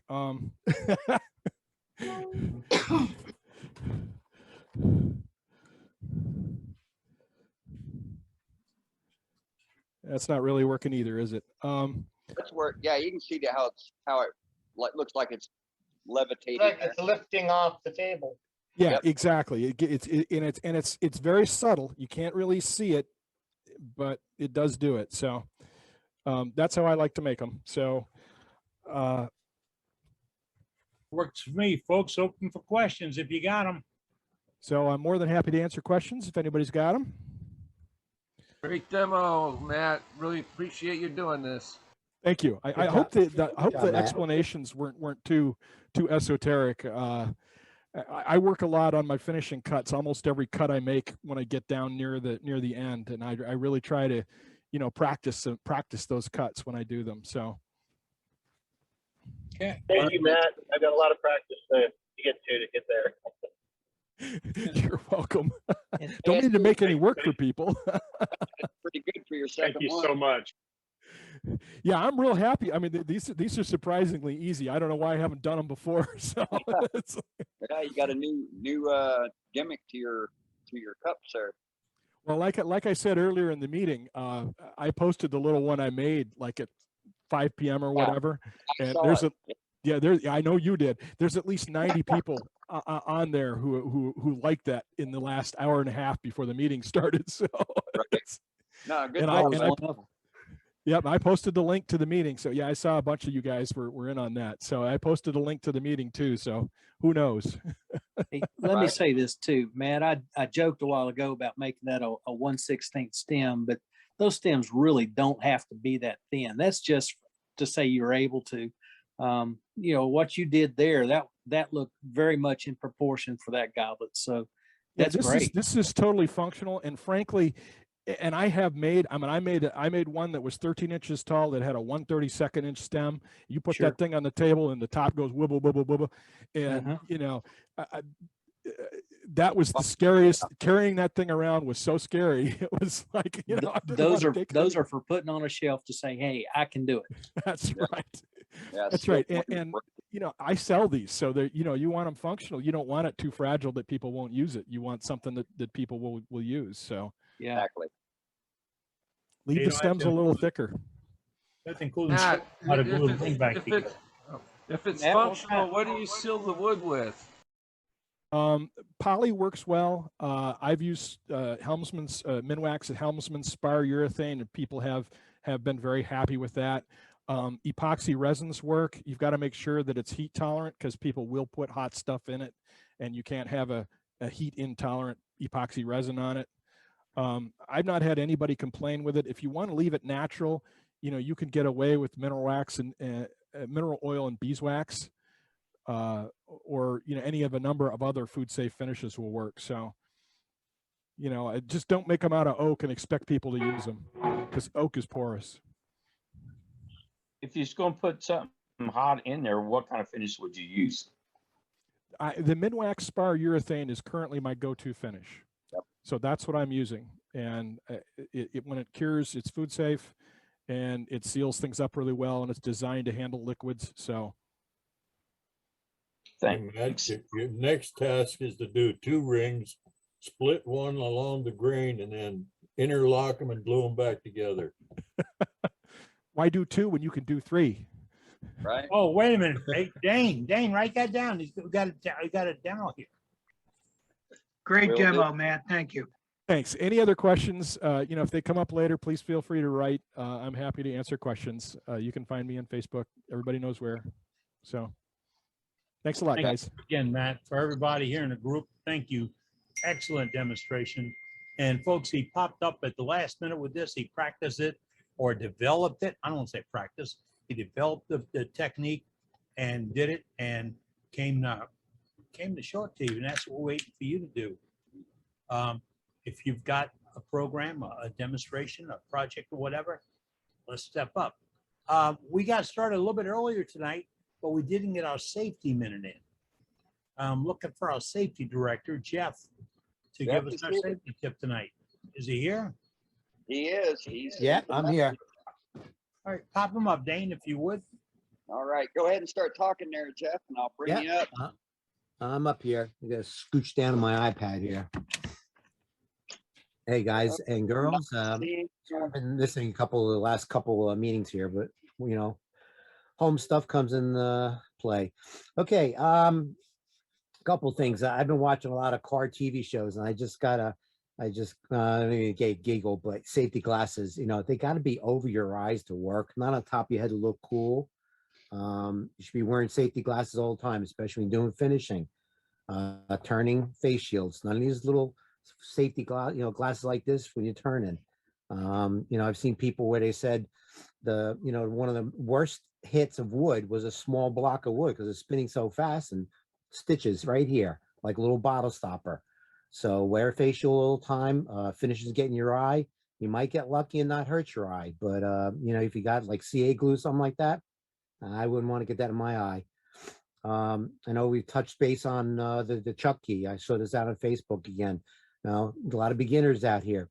Always keep the chuck key in your hand. Never leave it in, and put it back in the same place all the time. We talk about having a magnet, stuff like that. So that's about it. Safety shields, good ones, not cheap ones. Take care and be safe out there, everybody. Thank you. Thank you, Jeff. Thanks, Jeff. So our volunteer safety director, he takes word each week telling us some tips and hints that you should follow when you're in the shop, because it's you you're taking care of. You're not doing it for the public, you're doing it for you. And I love the way you said it's going to be covering your eyes. Construction 40 years, okay? I'd love it when you give somebody a dust mask and goggles because they required them. They wanted to have them. And then later on the day, the dust mask is down here and the goggles were up here. And you ask them, why is that? I don't like wearing them. Like wearing them. Get you something that works. Get a shield that's comfortable and works. Don't go cheap. I'm not going to knock anybody's brand names, but stay away from it if you buy them at a discount store. Stay away from it. We are collecting some items for gallery. If you got them, in just about 10 minutes, we're going to go to Trace and Ocean Springs, Mississippi on a sharpening because we're continuing our tool projects, and we're looking for you to get involved in those tool projects. If you like, Eddie? Whoa, yes, sir. Why don't I just do a small thing on different types of tool steels and then sharpen just a standard bit, and we'll delay the sharpening till next time because the demo I think is longer than what we have left after the 2 demos. Oh, okay, that'll work. We'll put you in the middle of the calendar next week, right? And just stick into the calendar next week instead of this week. But I'll do a little bit. I'll talk about some tool steels and I'll sharpen maybe talk about the grinders and some of that, but don't do any sharpening, and then we'll do the sharpening next week. All right, so we're back in 15 minutes for that? That sounds good. All right, we're going to do that. And that's how our demos happen, folks. We don't pay for them. These people are professional attorneys and professional artists and demonstrators and do pay-per-views. They're here for you. on Worldwide Wood Turners.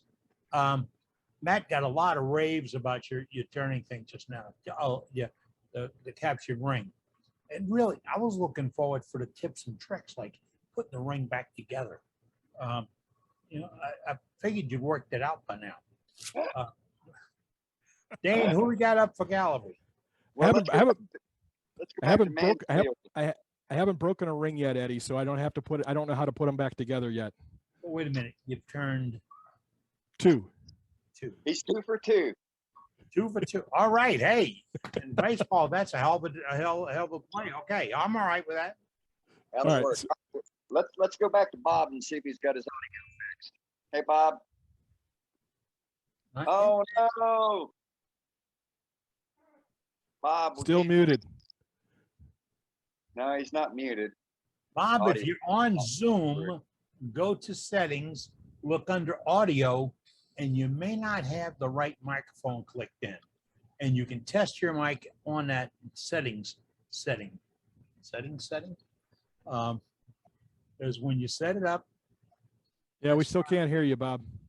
it's where I make the adjustments for audio, video, and everything else. But hey, we'll check with Bob again. Yep, we'll Bob, you check may have to restart Zoom, and up in the top right hand corner, if on my screen, is settings.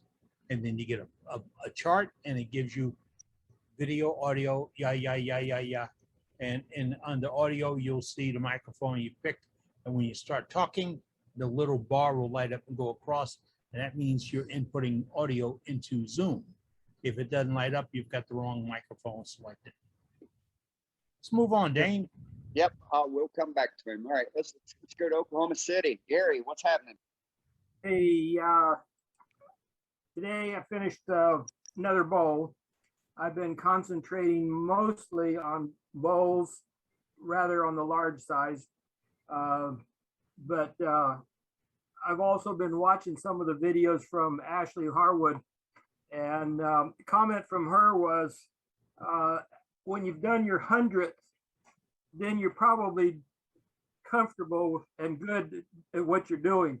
So I'm on number 9 right now of ones that are 6 inches or larger. And I just put a one on the lathe after I finish this one that's 14 inches, and we'll see what it is. It's a twice turn, so this is a second turning. But I've been enjoying turning these larger ones, and this one being the 8th, the 9th on the lathe, is sure I can see so much improvement from the first one I did to what I'm doing now. So by the time I hit the 100th, I ought to be real comfortable.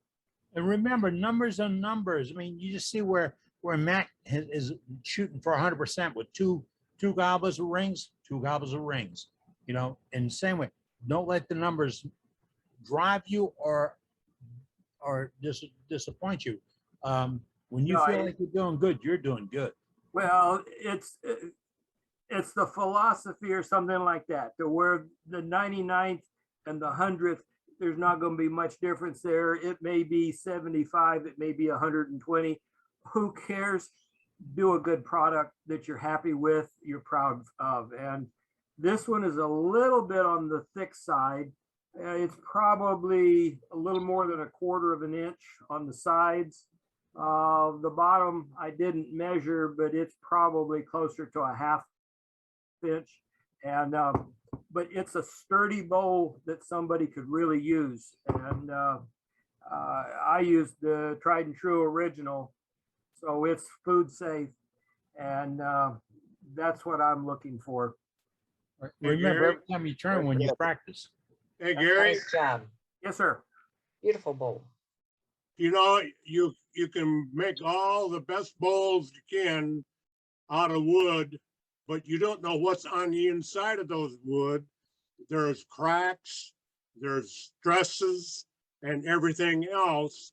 So don't go complaining when you get 5 or 6 bowls in a row that doesn't make it. Well, yeah, like the one that's on the lathe right now. Well, this one here had several cracks in it that I Oh, you filled don't- with you CA a don't- long time ago. Yeah, And right. so as I am finding the cracks, I am filling them with the CA Yeah. and then continuing after it's been dried for hours. Okay. And I may even hit it with the hardener, but I'm trying to continually look for cracks that might be, because I'm running pretty close to the pith. I was looking at it earlier and seeing, oh wait, no, it's the one that's on the lathe right now. The pith was probably going to be right about here. And there's several radiations on both sides. And that's what I did this evening, was to re-CA those before I came in for tonight's meeting. So, Great. Beautiful work, Gary. Appreciate you sharing with us tonight. Thank you. Good job, Gary. All right, let's go to our favorite host out in Kentucky. Doug, what's happening? Hey guys, couple things for you. We were talking about the black walnut a while ago, and Eddie, that piece of not black walnut, black palm, that piece you've got is gorgeous. I love it. I wish I could get hold of something just like it. That's my black palm right there. It's on top of a cherry box, but that was inlaid into that, and it was tough. It was tough. I think we ended up putting a little CA across there for the last sanding just to get it nice and smooth. But it came out pretty well. But then what I really wanted to show you, I wanted to pop another spotlight in on this piece, and it won't let me do it. But I wanted to show folks what we were comparing apples to apples, because okay, they're apples and oranges.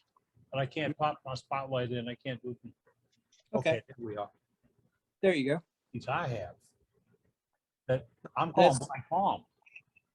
That's gorgeous stuff, and I'd love to have a 3-foot stick of that myself. But this is what mine looked like, and golly, I've had that for how long? 15 plus years. It still looks good on there. Still has just a little bit of sheen in there. You have to get the light just right on it, but it's there. But what I really wanted to show you was what I did today. Had a customer ask me for 4 small bowls. And so this is one of them, one of the 4. Still got the other 3 to make. Have just a nice little curve there with a light, just a little shadow line for a foot. It's concaved in on the bottom, so it sits nice and flat on the table. That's 3.5 by right at 2 inches tall, which is exactly what she asked for. So piece of oak, that's some sleeper wood that I got from a reclamation center up the road from me just a little bit. But it works out.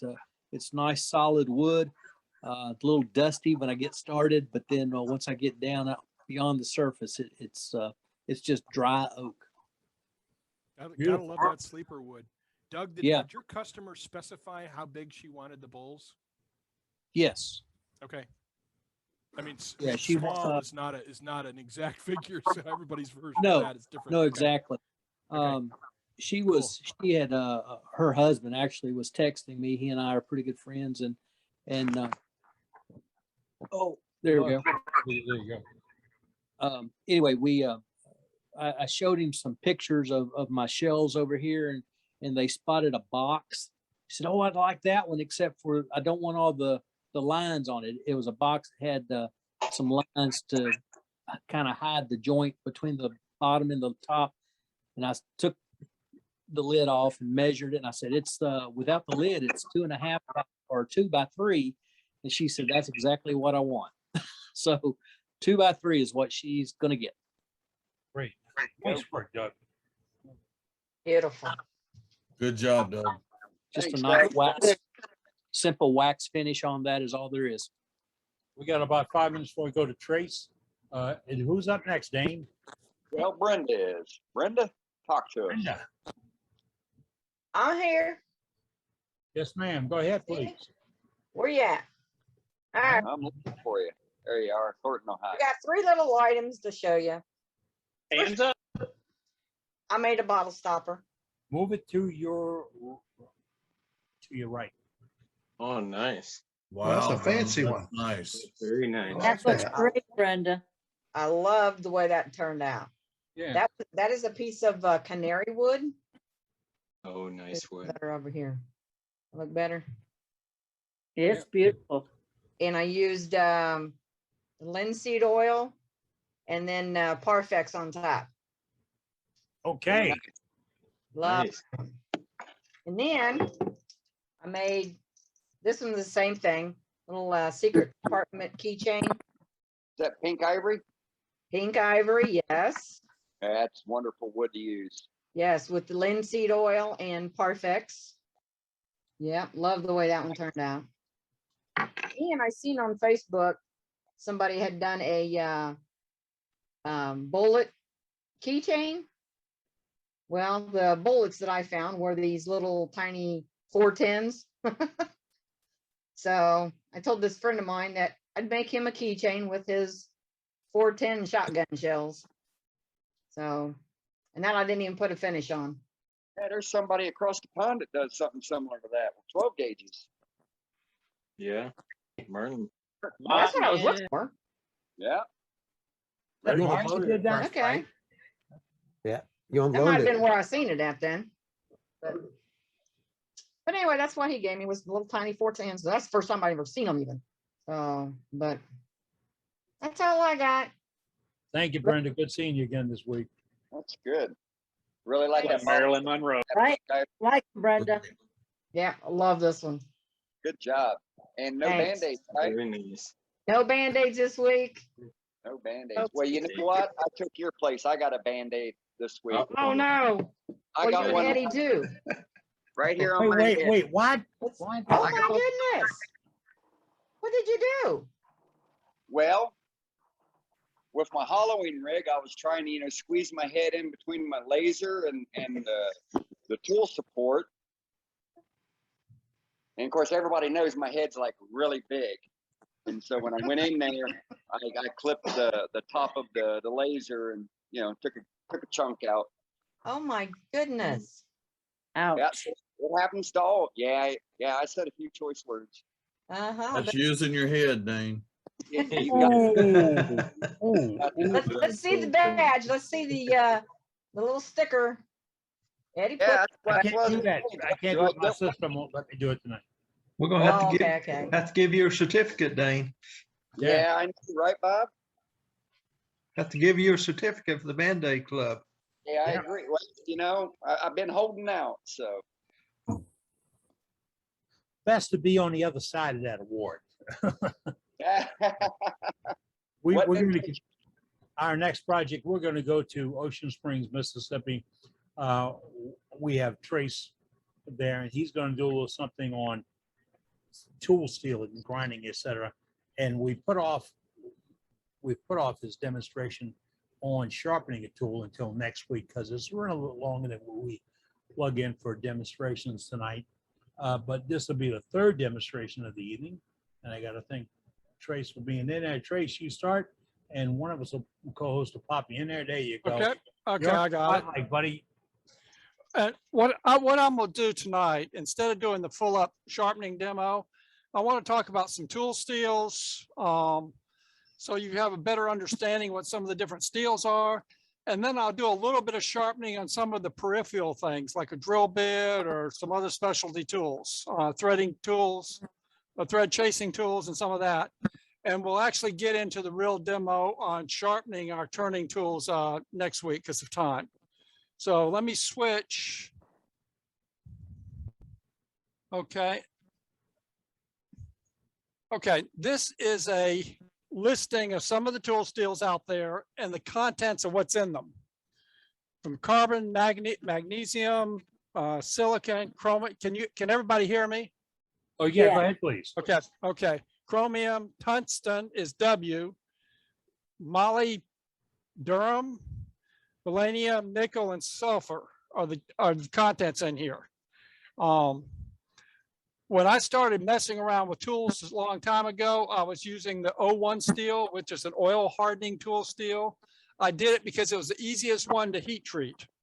A lot of these have very complex heat treat schedules. You go to 1200 degrees, you hold it for 2 hours, et cetera, et cetera. So the 01 steel, if you're going to do stuff in your shop, is probably the easiest one to deal with. And the reason why is the heat treatment on that. You heat it up red hot, you quench it in oil, clean it up, and then you put it in your oven at 450 degrees for about half an hour. And that's the only thing required to heat treat it. So it's the easiest one to do at the house. But the other thing I want to talk about, some of these other, the different type of steels that we have in the turning tools. Now, what's not in here is your old carbon steel, which a lot of knives were made from a long time ago. A lot of the old turning tools are made from carbon steel. And what that is just iron and carbon. Nothing else mixed into it. You can get a real sharp edge on it. It doesn't hold the edge a super long time. And it's more sensitive to heat, the heat problems. Now, and the newer steels that we have, you have the M2 steels, the M4, the V10 and V15 is not even listed on here. But let me explain what the CPM stands for. That is crucible particle metallurgy. Fancy name, but what if you look at these steels and you start looking at them, you'll see there's some high percentages of some of these alloys that are added to it. And what happens with that is when they heat up the thing, mix the iron with the alloys, and then they pour it into an ingot to let it cool. Well, when they pour it into the ingot, you start getting separations inside of the what's melted as it cools, which is not good for what you have. You want everything mixed together with small particle structures. Well, they found out if they produce a powder with it coming out of the furnace, produce a powder, each one of those little grains of powder acts like an ingot. You don't get the separation on it. So you can put you can mix a lot of the other metals in there to get the what you need. And so they come out of the furnace with powder. Then they take the powder and heat it up just below melting temperatures. They keep it below melting temperatures, put it in a press and put a lot of pressure on it and reform it to a solid steel bar. And that's what the CPM steels are. And they have a lot higher properties. Let me go to a property chart here. And probably the magical and most important one for us is the blue or purple line across the middle. That line is wear resistance. That means that's how long the tool is going to stay sharp on the lathe. And you look at the oil hardening, it's 1. Your air has got a 2 on it. Some of these are improving. M2 has got 3 bars on it. M4 has 5 bars on it. V10, I didn't count the number of bars, but it goes across the screen with it. So your V10 has a lot, will hold the edge longer. And V15 is about the same. It has a little higher properties on air resistance. So that's just a quick thing on some of the different steels that we're dealing with in tool steels to give you an idea of what's going on with it. Okay. Very cool. Thank you. And that means you understand what the steel is. That's an important little thing. Okay, let me switch over to this camera here. Well, I know that chromium gives you stainless, and I know that molybdenum makes it harder. Yeah. And the nickel helps you on the stainless too. So cool. Yeah, both of which are resistant to rust. Yep. Yep. Okay, now I'm gonna sharpen a drill bit. I just had it here. This is just a standard drill bit. And see if I can zoom in a little bit further on it. Okay, got about the right angle. Now to sharpen this drill bit on the grinder, that's an angle on it, and then it's back at an angle. So you're going to start with it about at that point there. Now, you normally think you just rotate it, but if you rotate it, this side here is the same distance out as this side. So what you need to do is as you rotate it, you need to push up on it, which will give you a back relief angle on it. And let me just show you how it's done.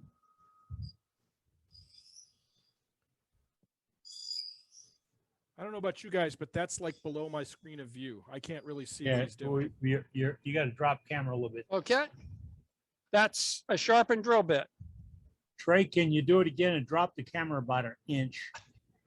Your presentation was below the camera. That right, that might work. There you go, folks. Okay. He's not changing the angle. Okay, you go straight. Now I'm lining this up here with it. I'm starting out with this horizontal with it into it. I push it against it, twist and push up. Put it against it, twist and push up. So I'll just do it again one more time just to show you, but this is horizontal. It's going straight into the center. Push in, twist, push in and twist. And that's how you sharpen a drill bit. You know, some of the things, you listen to what he just said, sharpen a drill bit. He didn't reshape that end. He didn't change the attack angle. He just sharpened the blade. Yep. But here's the bit I just did. You maintain the same angle going in and that edge is sharp. Now, the drill bit, you have to have relief from here to here because if you don't have relief, it'll bog down. You're pushing it in, the back rubs, and you don't get it doesn't cut.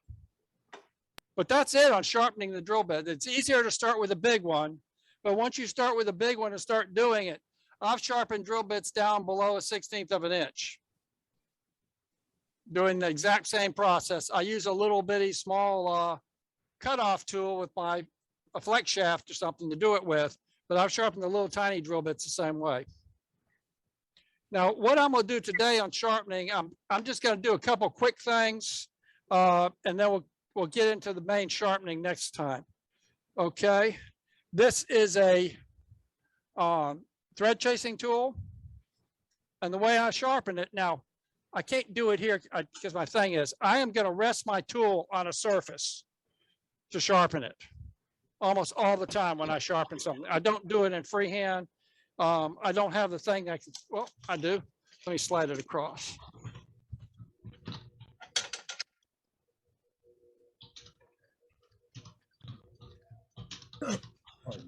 Okay, now I got something to rest on.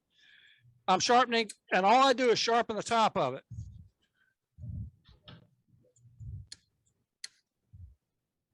That's sharp. That was the outside. This is the inside. Same thing. Just hand hone it. The other tool I wanted to show you, this is a homemade tool, but I copied it. This is a ring tool. It's made with the 01 steel, and it is sharpened. It's the same thing. I'm going to sharpen it from the top of it on both sides. Well, I didn't get all of it, but that's close enough.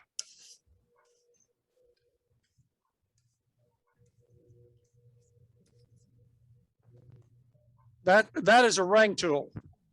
And basically it goes in this way and then rotates around and it does your undercut and does the top of it. Now these actually are sized. You have to have a different one for each ring diameter or each ring diameter on it. But these were homemade tools made with the 01 tool steel. And the beauty is you can, if you have a, I gotta be careful how I say this. You have older tools that you've replaced with newer tools, don't throw them away. And that's what you can make these ring tools out of. Yep. And basically this is made by drilling a hole simply drilling a hole, drill a hole, and then cut at an angle across it. And then it's tapered to go in tapered. And it does a great job of cutting rings. You cut it all the way around, it gives you a fairly clean thing on the back of it. Last one I want to sharpen is going to be a Forstner bit. I get some of the stuff off the background. Now the Forstner bit, I'm going to sharpen with a diamond hone. And again, holding it on its edge. There are two edges I'm sharpening on this. One is this edge right here. And the second edge is going to be right here. But this first edge is nothing more. And if you'll notice this back part here, that simply rides on it. So you very simply just go back and forth with that.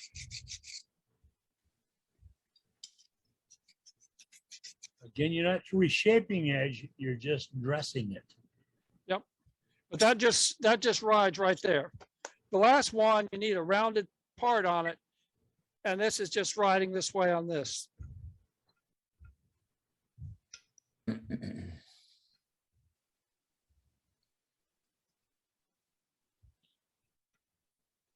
Okay. And that Forstner bit has been resharpened. Well, you talk about make a difference from the heat you generate, folks. When they sharpen, they don't generate as much heat. I know what I'm doing tomorrow. It'll do you a cleaner, easier cut. You know what I'm doing tomorrow. I always worry when I see somebody doing a demonstration using a Forstner bit to do the boring. I don't worry about them. I worry about the novice turners that are following them. It says, I don't get that with my Forstner bit. This is why. Yeah. So, hey, Trey, on the Forstner bits, I always sharpen the flat. I don't touch the top. Well, that top does a slicing motion on the side of it. So it usually doesn't dull near as quick. So a lot of times I may sharpen the flat 3 or 4 times before I even touch the side. Okay, gotcha. So, but you do need to look at all the cutting surfaces on it to improve, to make sure they're clean. Boy, that's a good one for you. The clean part. If it's all gunked up with that CRAP product, it is not going to cut. And if you look, and also if you look at that side piece, it's a slicing action on the side. It's a slight angle with that slices down through the wood on doing it. Yeah. You're not getting nice little curlicues off of it, just like a lathe tool. It needs to be sharpened. Yeah, you should get but the peeling action is from the middle. Now, the other thing I do when I use the Forstner bit, I put air in my hole. I blow air down where I'm drilling and blow it down the hole as I'm drilling. It does 2 things. It clears the chips out and it keeps the cooler. Yep. And I have found that most of the time when I'm drilling, when I drill my little birdhouse and stuff, it's a single pass. I just put it in and drill. It all clears the shavings and everything. And my bit doesn't come out hot. So, and I'm drilling into ingrained oak and everything else. And it seems to do very, very well with doing that. So that air helps a lot. Now the air end piece I use is the Harber Freight, that little Harber Freight end piece that you twist. If you know the one I'm talking about. I've got one here.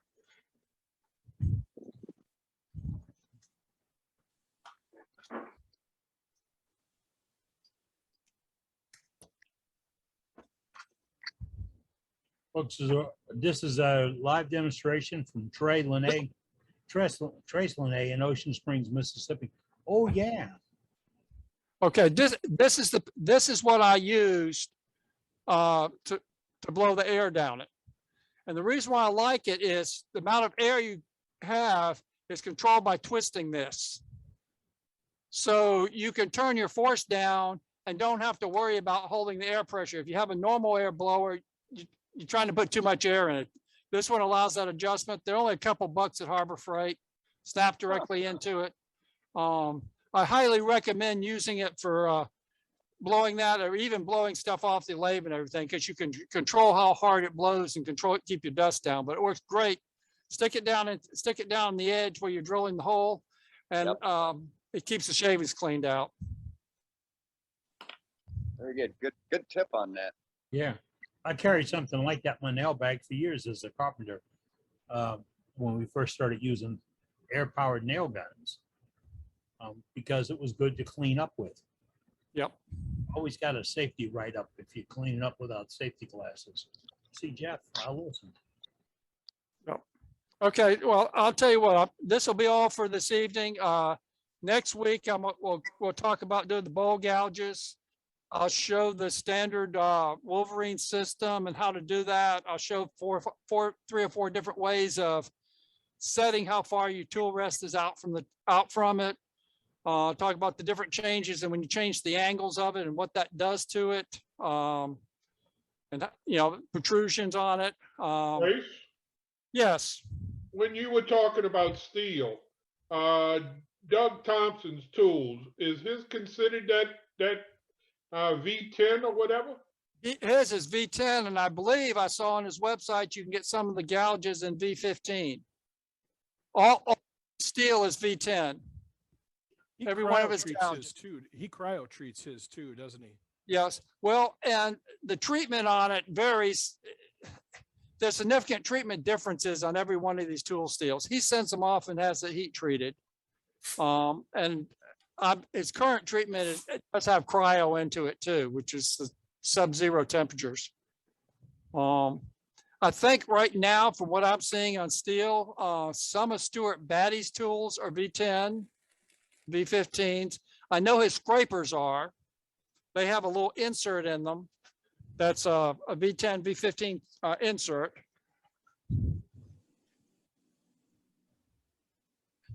Folks, we're not promoting any brand names. We're explaining something about metals and materials. Yep. What he's done here is he has an insert into it. The insert is V10. The rest of it's just steel. And all of Thompson's tools are V10 and few V15 gouges, if it's special ordered. Now, Trey, is that because of the palladium that they put in there? the V10 has Vanadium. the vanadium is the, let me see which one that was. So that's V. Yes, it has almost 10%. It has 9.8% vanadium in it. Okay, thank you. And when you get those higher percentages, that's the reason why they've had to go to the powder technology to do that. Now that steel is significantly more expensive than regular steel. That's the reason why his tools are so expensive. The metal itself is very expensive. It's an expensive process to do. And the 15, I think, has about 15% vanadium in it. So, which has more wear resistance, because I think the wear resistance is the key thing that we're playing around with. Right. On the tool lasting, yes. That being said, when you fooling with steel like that, does it make it that much harder to sharpen? It's some of it is harder to sharpen, yes. Okay. But they, According to the V10 and the M4 steel compare?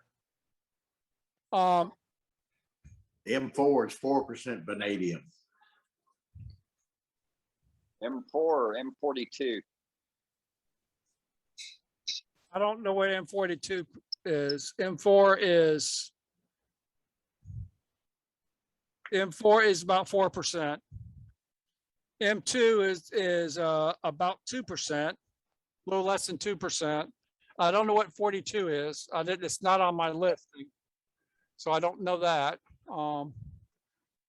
Switch back to the. Okay, that's the contents in it. If you'll notice, the second column from the left is going to be the vanadium in it, and then this is where you get into the grindability and the how it wears, and we'll look at the end. The grindabilities are okay. They're not at the top of the scale. The CBN wheels seem to sharpen them very well. Some of the other rock stones don't sharpen the V10 steels as well. They seem to chip it out a little more than sharpen it.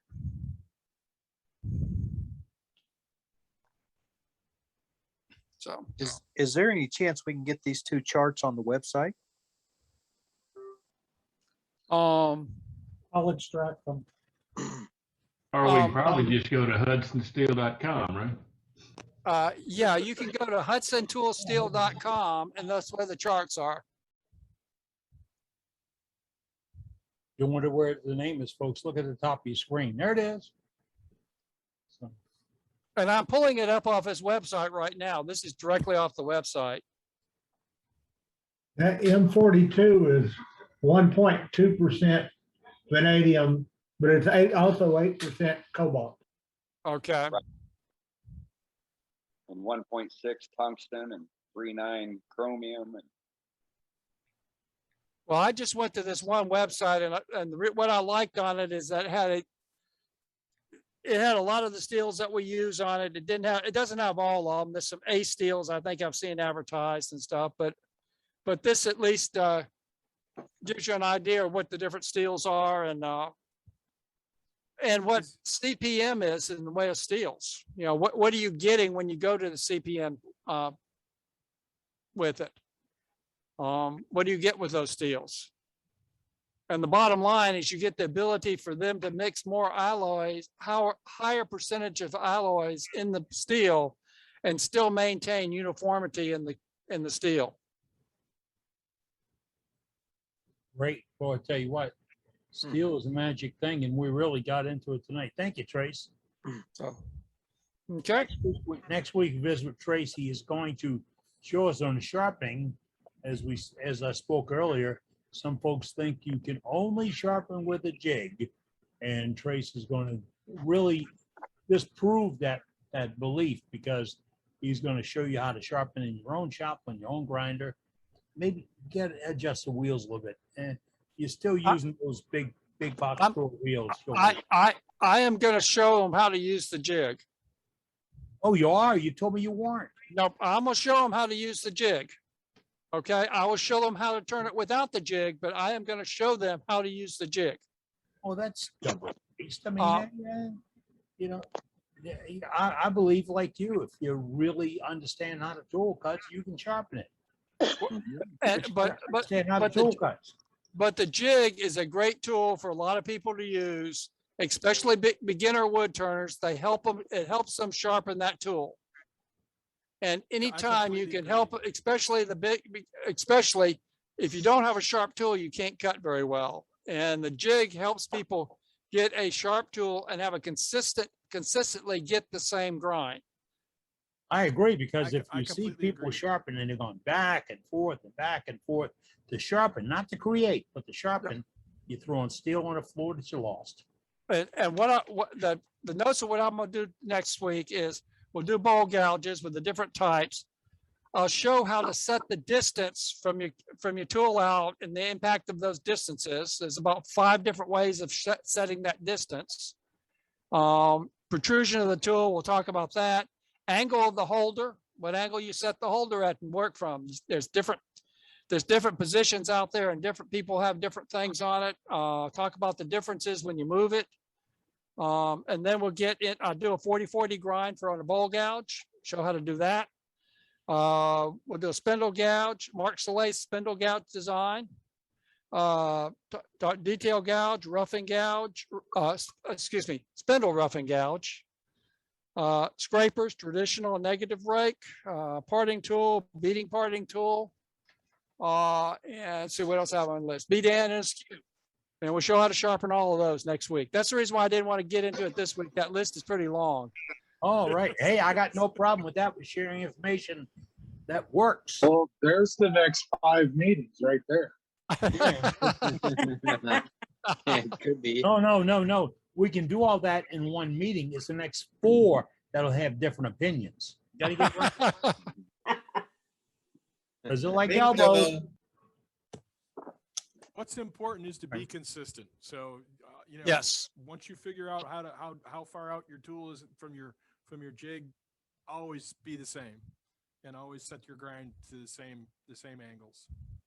And that's, and I'm going to emphasize that, because the repeatability is, if you don't repeat it, all you do is take more steel off the tool, because all you want to do is almost hone the tool when you put it back on there. Not to mention that you're having to relearn how your cutting technique is. Yep. Because your angle has changed. Yes. So if you're not getting a consistent angle on your tool, you're constantly getting a different tool presentation required to be able to make a proper cut. Yep. Well, I'll show how to use the gauge and set the distances, 3 or 4 different ways of setting the distance and stuff. I don't use that jig anymore. I use a 40-40 grind and just a platform. So, but I will show how to do it. I know how to do it. It's what I used to do. And I'll show how to do that. We'll do that next week. Okay, thank you. Appreciate worked out tonight, sir. Much appreciated. Hey, Dane, I don't want you to feel like you've been left out of the pack here tonight. So just for you, this is what we have. There you go. Hey! Look at that. Yay. I just discovered that the problem I've been having all evening with my Wi-Fi connection is I Wi-Fi'd off my neighbors tonight. Good job. Yeah, so We'll do that I think we're back I on have regular enough to do this path week. now. We're talking about sharpening. We're talking about turning. We're inviting you to be part of it. Well, and as you saw, you can do the Tormac. I'm not going to even cover the Tormac. Okay, all right. Got a Tormac. We still have Dane. You got to work and learn how to use it. I'm not going to. Who can? All right. Did somebody I get got that? him. All right, you got it? Okay, Yeah. we have to catch you and then mute it if you don't mute yourself. This afternoon, we had one little quick thing we wanted to do. I had a call from Matt, said, I've done a goblet with a ring on it, captured ring. And then Trace called and said, hey, look, let's sharpen up something. I had a fourth one I don't want to reveal because he says it's going to take almost the entire program to do it. I'm all for it. I'm all for the one you come up with too. So jump on board if you want to be there, and we'll get you into the demo. Next week, we're going to do sharpening with Trace. And then in the following week or two, I'm going to show you how to take this absolutely gorgeous piece of work. Isn't that nice? You like that? Fits a hand right. It comes in red, blue, black ink. But to Put me, some lipstick on it. yeah, to me, lipstick, now I know what you mean. To me, this is ugly. I'm going to give you the opportunity to take, pardon me, Kim, a floor scrap and make this into something that you can really, really like. But more than that, it's a teaching demonstration. And I'll get better at teaching with better camera work. I figured out my problem. It's right here. But we'll get at the teaching to show you how tool use will matter with that. And you can do them and you'll love them. And people say, you did this with a what? A Bic ink pen. And how much it cost you? 9 cents at Wally World. Well, right now it's about 9 cents at Amazon. We're doing gallery again tonight, folks. If you want to be in gallery, you have to put it in chat that I have something to show. And with that, Dane will introduce you. And then you're free to talk and show us the piece or ask a question. You don't have to have a piece to be part of this. You got a question, that's where you can do it at. So we'll get about 25 minutes to sort of rock and roll. Who we got, Dane? Well, we're going to try Bob one more time. Bob? Yeah, here I am, guys. Now, can you hear me? Watch it. Watch out. There's words coming out of his mouth. We can hear you. All right, great. I had to reboot my phone. Everything else didn't work. So. Whose voice is that? Okay, so anyway, I got a couple of things here. You know, Eddie was talking about making beading tools, and I made a couple of these, so it saved me $100 for 2 of them. But it's just 1/2-inch steel and a 1/4 inch and a 3/16 inch drill, a hole drilled in them, and then it's cut off. I don't know if you can see it or not, but anyway, it is cut. I don't think the angle makes a lot of difference. I've drilled both holes at 2 different angles, and it still seems like it cuts just as well on either one of them. Well, you're using it like a scraper, aren't you, Bob? Yeah, it's really like a scraper. You know, you put it into the barrel of the wood, yep, like that, and scrape it out. But it works real good. You don't want to go real deep with them anyway. I had the flutes on here, like the center of the circle, and I really felt like it cut it too deep. It really makes really deep beads. So I cut the sides down a little bit, and now it does real well. Real good job there. But I got, anyway, it's a whole lot cheaper if you make your own tools. That's the main thing. The other thing I've got is they were asked to make, I don't know what you really call these. The guys at our local club called them a banana boat, but I think it's just natural edge turning. But made a couple of those, and then I couldn't decide, well, what am I going to put in it? And then I came up with this and kind of put some decorations in it for Christmas, and you can put a candle in it or something. That's cool. I love making those. I call them like a plane propeller bowl because they're spinning like a plane propeller on the lathe. Watch your fingers. Yeah, they are. Of course, this was elm that had already dried out, or I'd say it had been 6 months, and all the bark had already fell off of it. So then I went back and burned them to give them an edge on it. Are the feet one piece or? Yeah, the feet's all part of it. It's just, you know, you're turning this thing, and that's really a circle going around here. So you're really getting an edge here on the edge that you build up. And then you come back and you carve them out. Right person asked that question. Dane, you got my drift?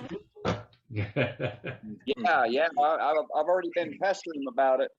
Okay, that's Bob Grinstead, Mansfield, Texas, in case we need to have an address on him. I'm sorry.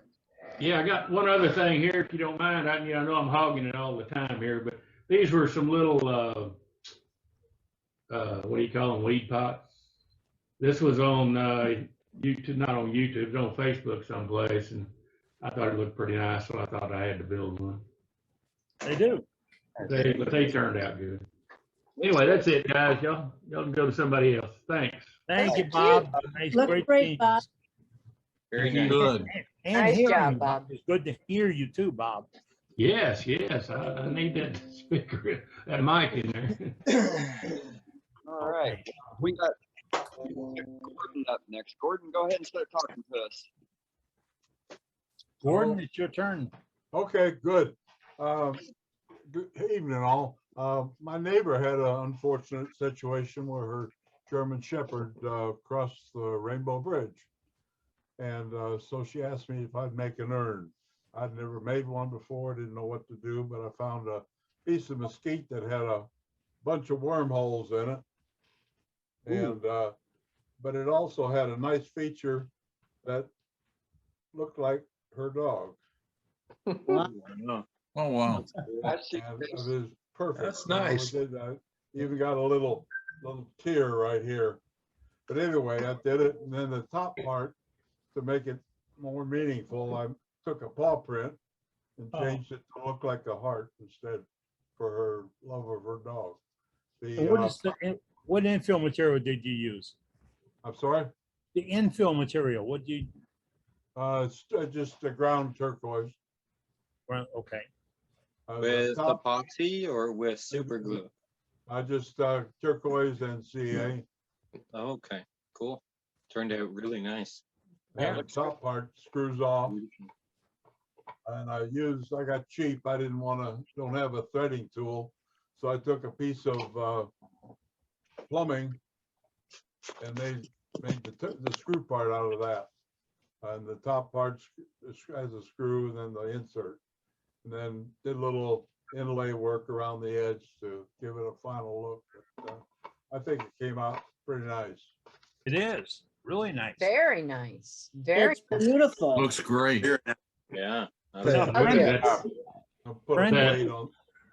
plate on, the bottom of it for the name of the dog and her lifespan. Yeah. That's beautiful.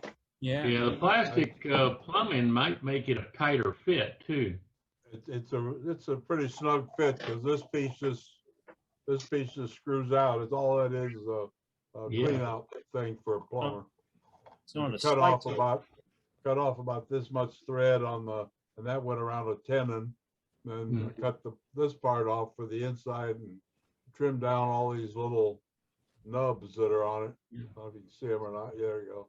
And made a little ledge so it kind of rests inside the vessel. Yeah, I like that idea. It's nice. That's a good idea. That's $3 for one versus a brass one, which is about $38. So. Or $100 for the tool set. Yeah, that's true too. Yeah, and it's all machinable with your regular lathe tools. Right. Nothing special, Very good. sharp tools, folks. Throw it Thank in a you. truck, you're good to go. Anyway, I appreciate you looking at it. Thank you. Eddie, I'd Good like to seeing add a you. little tip to that. Yeah. A little Very good. tip to that, if you want to do that, it works really good if you use electrical conduit instead of water plumbing. The electrical conduit is a straight thread rather than a tapered thread for the water. So if you use the gray electrical, the thread is straight and it can run in and get against your seats instead of binding on a thread.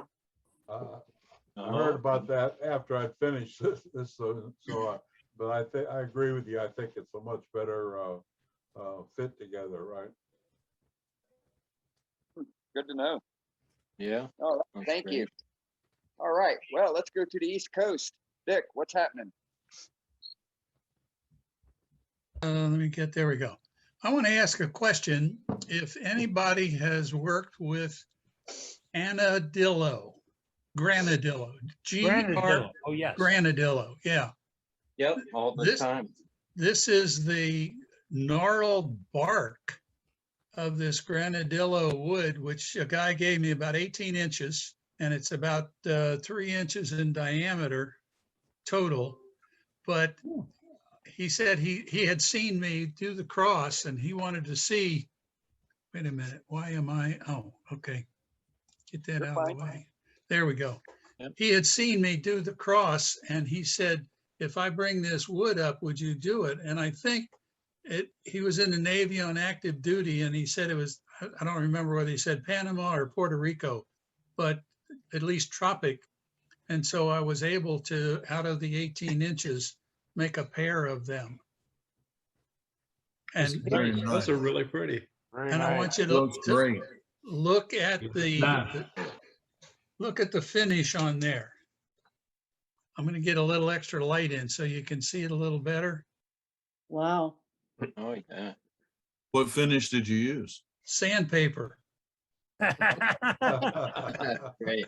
That's Boy, all I great. used. Very The wood, nice. the core wood is really dense, really heavy, but I thought, boy, that's going to be hard to turn, and it wasn't. It was just soft and turned so nice, and I can't wait for him to get to see him in person to get his reaction, because both of them, he said he needed both, and yeah, good. But Beautiful. I'm going to try and find out That's what are some cool these looking worth. wood. What are they worth if you want to do this retail? Oh, boy. Well, I can tell you, I sell them, the little ones, for as little as $20. And for the most part, the one about 8 inches tall and maybe about a 5-inch base, I'm getting about 150 a piece for them. Okay. Thank you, sir. So you can pretty much name your price. Looking at those with that wood, I'd probably price them at $100. That's a And I Central would American- get it. That's reasonable, yeah. That's They look cool. great. Mhm. Now Looking that's forward, Really well. looking forward to the reaction when I explain to him what I found out. Yeah, that's That some wood good. hard to find. Yeah. Apparently, I've been told that you cannot bring this wood in unless it has been milled. That's on Yeah, the site. really On the fumed. site. Wow. So apparently he was on active duty, threw it in his sea bag and brought it home. And I think it was some time ago because this is really, really dry. There's nobody in the Navy would do that. I know. I don't think so, man. Somebody in the military. would throw it Must be into- making that up. Sounds like somebody from the Air Force. Hey, I was wait a gonna minute. say, Air Thank Force you, might do it, guys. Navy never would. That's why we can issue 3A Very bags. nice. Really like them. Yeah, that What kind of wood was that? America. I missed it. What kind of wood was that? Granadillo, Granadillo. Okay, thanks. And it grows. Also known as Mexican rosewood. There you go. I was trying to remember the name. That's it. I hadn't heard that part. Yeah, grows in Honduras and Panama and Nicaragua and elsewhere in Central America. Probably was Panama where he picked it up and picked it up, stuck it somewhere and additionally found a way to find it home. Those are 3 likely culprits, for somebody being in the military. Yeah. Thank you, Dick. Beautiful piece to show us tonight. Really. Thank nice. you. Very nice. I learned how to do that here. Thank you, guys. Oh, well, Very nice. We all Very learn nice. here. That's the beauty of it. We got about 15 more minutes of gallery tonight. Charlie Bundy is with us from Grand Rapids, Mississippi. Charlie, it's your deck. You're muted, Charlie. It's Minnesota. Oh, I'm sorry. It says Grand Rapids. I thought that was. Now, this is about the 3rd thing I made. I've been turning wood for 3.5 years. One ring. It's out of diamond willow. Oh, There you go. there we are. Oh, no. Very nice. I just heard of job. Diamond Willow today, the first time, and now you say something about it too. Yeah, I'm first time hearing of diamond willow. This was the 2nd one I made. I put a ring in it for each year I was married. Oh my goodness. Very nice. There you He's go. going Eddie. after the Somebody chicken. who's done 3 rings. That's Wow. it. He's going after the chick vote here. Good Very job. nice. Are you gonna make one I this year? carved each one of them rings in place. And I got it done. I was gonna clean the bottom a little and I sheared the bottom right off. And I had to glue the bottom on anyway. Now you can't tell. Awesome. Now, we had not a tornado, but a flat line wind 2 weeks ago. And that's a tornado that doesn't come out of the sky. And you get that flat wind. Everybody, we lost lots of trees. My neighbor lost an apple tree. I've got it. All right. That's pretty. Pretty. Now it's fruit wood. Did it go oblong? No, All right. that apple tree, this particular branch has been dead for about 5 years Oh, in okay. place. That's out of the same tree, different branch.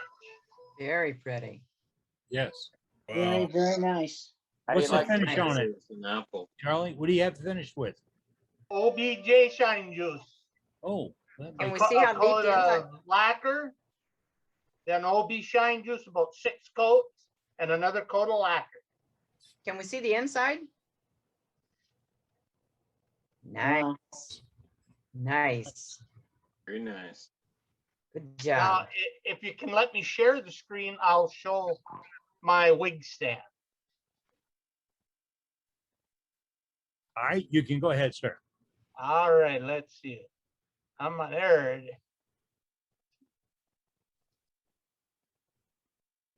Can you see it? No, I don't. Have you clicked on share screen? Yeah, I did. Maybe I didn't wait long enough. Try it again. We'll do her again. Where you at? Oh, now it did something. There we go. Share screen.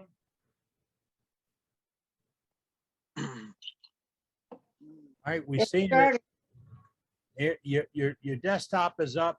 Do your desktop in a tent. Nice 10. Oops, Nice. something went up, something went down.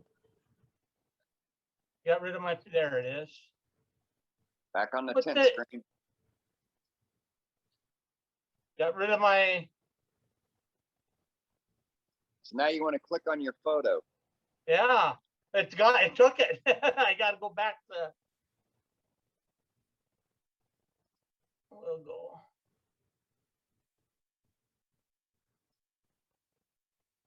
Share the screen. You have to pick the window with the photo in it. Usually. Oh, well, there it is. Double click. Double I click. did. There, she's working. You're overworking that mouse a lot tonight. The real mouse spinning a wheel. Yeah. All right. Now it went away again. All right, Charlie, we have a guest of it, but why don't you send it Yeah. to us for our I can show website? it again next week. That'll work. That'll work. But I don't have the wig stand. That's why I had the picture. Oh, okay. No. Well, send us a picture. Because I gave the wig stand to a lady already that had Good. chemo. Nice. I bet she All really right. liked. Yeah, She loved it. she would love to. All right. All right. Thank you, so Charlie. much. Appreciate Yep, you sharing with thank us. you. Some All right, beautiful let's go work, folks. to Largo, Florida. Sue, how's it going? It's going great, guys. I did a couple of pens this week. They're both gifts. This one young fella, he just became chief. He and my grandson, we used to take camping with us 25 some odd years ago. And I'm just so proud of him that he made chief. And this is a neat pen, in that when you click it and circle it, it then becomes out. Wow. That's And nice. that's an acrylic. And then I also did, this one's going to be for my brother. It's a federal pen, and I tried stabilized Buckeye Burl. That's what that one is. Pretty Dyed. piece. That's a nice bit, isn't it? It is beautiful. So, and I polished them with, I did put CA glue on this, and I went up through the grits with the micro mesh, and then I used Varnex on it before I put it together. Yeah, that looks good. Nice job. Very Good nice. job. Do you like turning the acrylics? You know, they're okay. The Buckeye Burl I found was harder to turn than the acrylics. And I did find that I went and I changed the angle on my spindle roughing gouge to 45 degrees. And when I was using the roughing gouge for this, I actually got a shine after I did it. I could have really started just using the micro mesh, but out of concern that I'm not enough, I started with 150 grit and put all kinds of scratches in it. But I'm learning. No, you had scratches in there, and I'm on a soap stand here. If you go to that 115, stand down, you've made it a homogeneous surface. So Okay. then you're just taking off the micro things. If you immediately go to 223, 2400 or whatever, because it looks really nice, you may have some scratches down in there that will later on affect the chatoyance or reflection. Even in epoxies and board products, it happens that way. Well, with this one, I went through all the micro mesh, and then I actually put used Varnex on it as well. All right. It really came out nice. Barely I hold did on one to it. today too. But yours is so shiny, it actually looks like you can see inside of it. That is beautiful. And this piece was it's from PCI, the blank, and you know, it was an inexpensive blank, but they're really shining up really. Yes. Mine Yeah, didn't very turn out that nice. shiny. Very nice. Thank you, Sue. Nice Appreciate you job. sharing this evening. Thank you. Beautiful. All right, let's go to our one of our number one contributors across the pond. Martin, what's happening, buddy? There he is. Good, James, thank you. I just wanted to, I made some bottles a couple of weeks back. The mention was of bottle stoppers, and one of you guys had made a display for your bottle stoppers when you do your craft fairs. And I said that when I did my craft fairs, I used to take glass bottles, but they clanked all the way to the craft fair in the car and all the way back, completely doing my head in. So I decided to make some wooden bottles, and just as a display to display my bottle stoppers. But what I found over time was more people wanted to buy the bottles than they did the bottle stoppers. And I created a display of bottles with the bottle stoppers. And another thing that I do is a bottle coaster, where you stand your bottle in a coaster. So I created a display, and I haven't made one of these for about 4 years. But as it was mentioned, I went out and made one the other day for just to show the club. But that is basically your bottle display. Oh, wow. So you've got the bottle coaster at the bottom,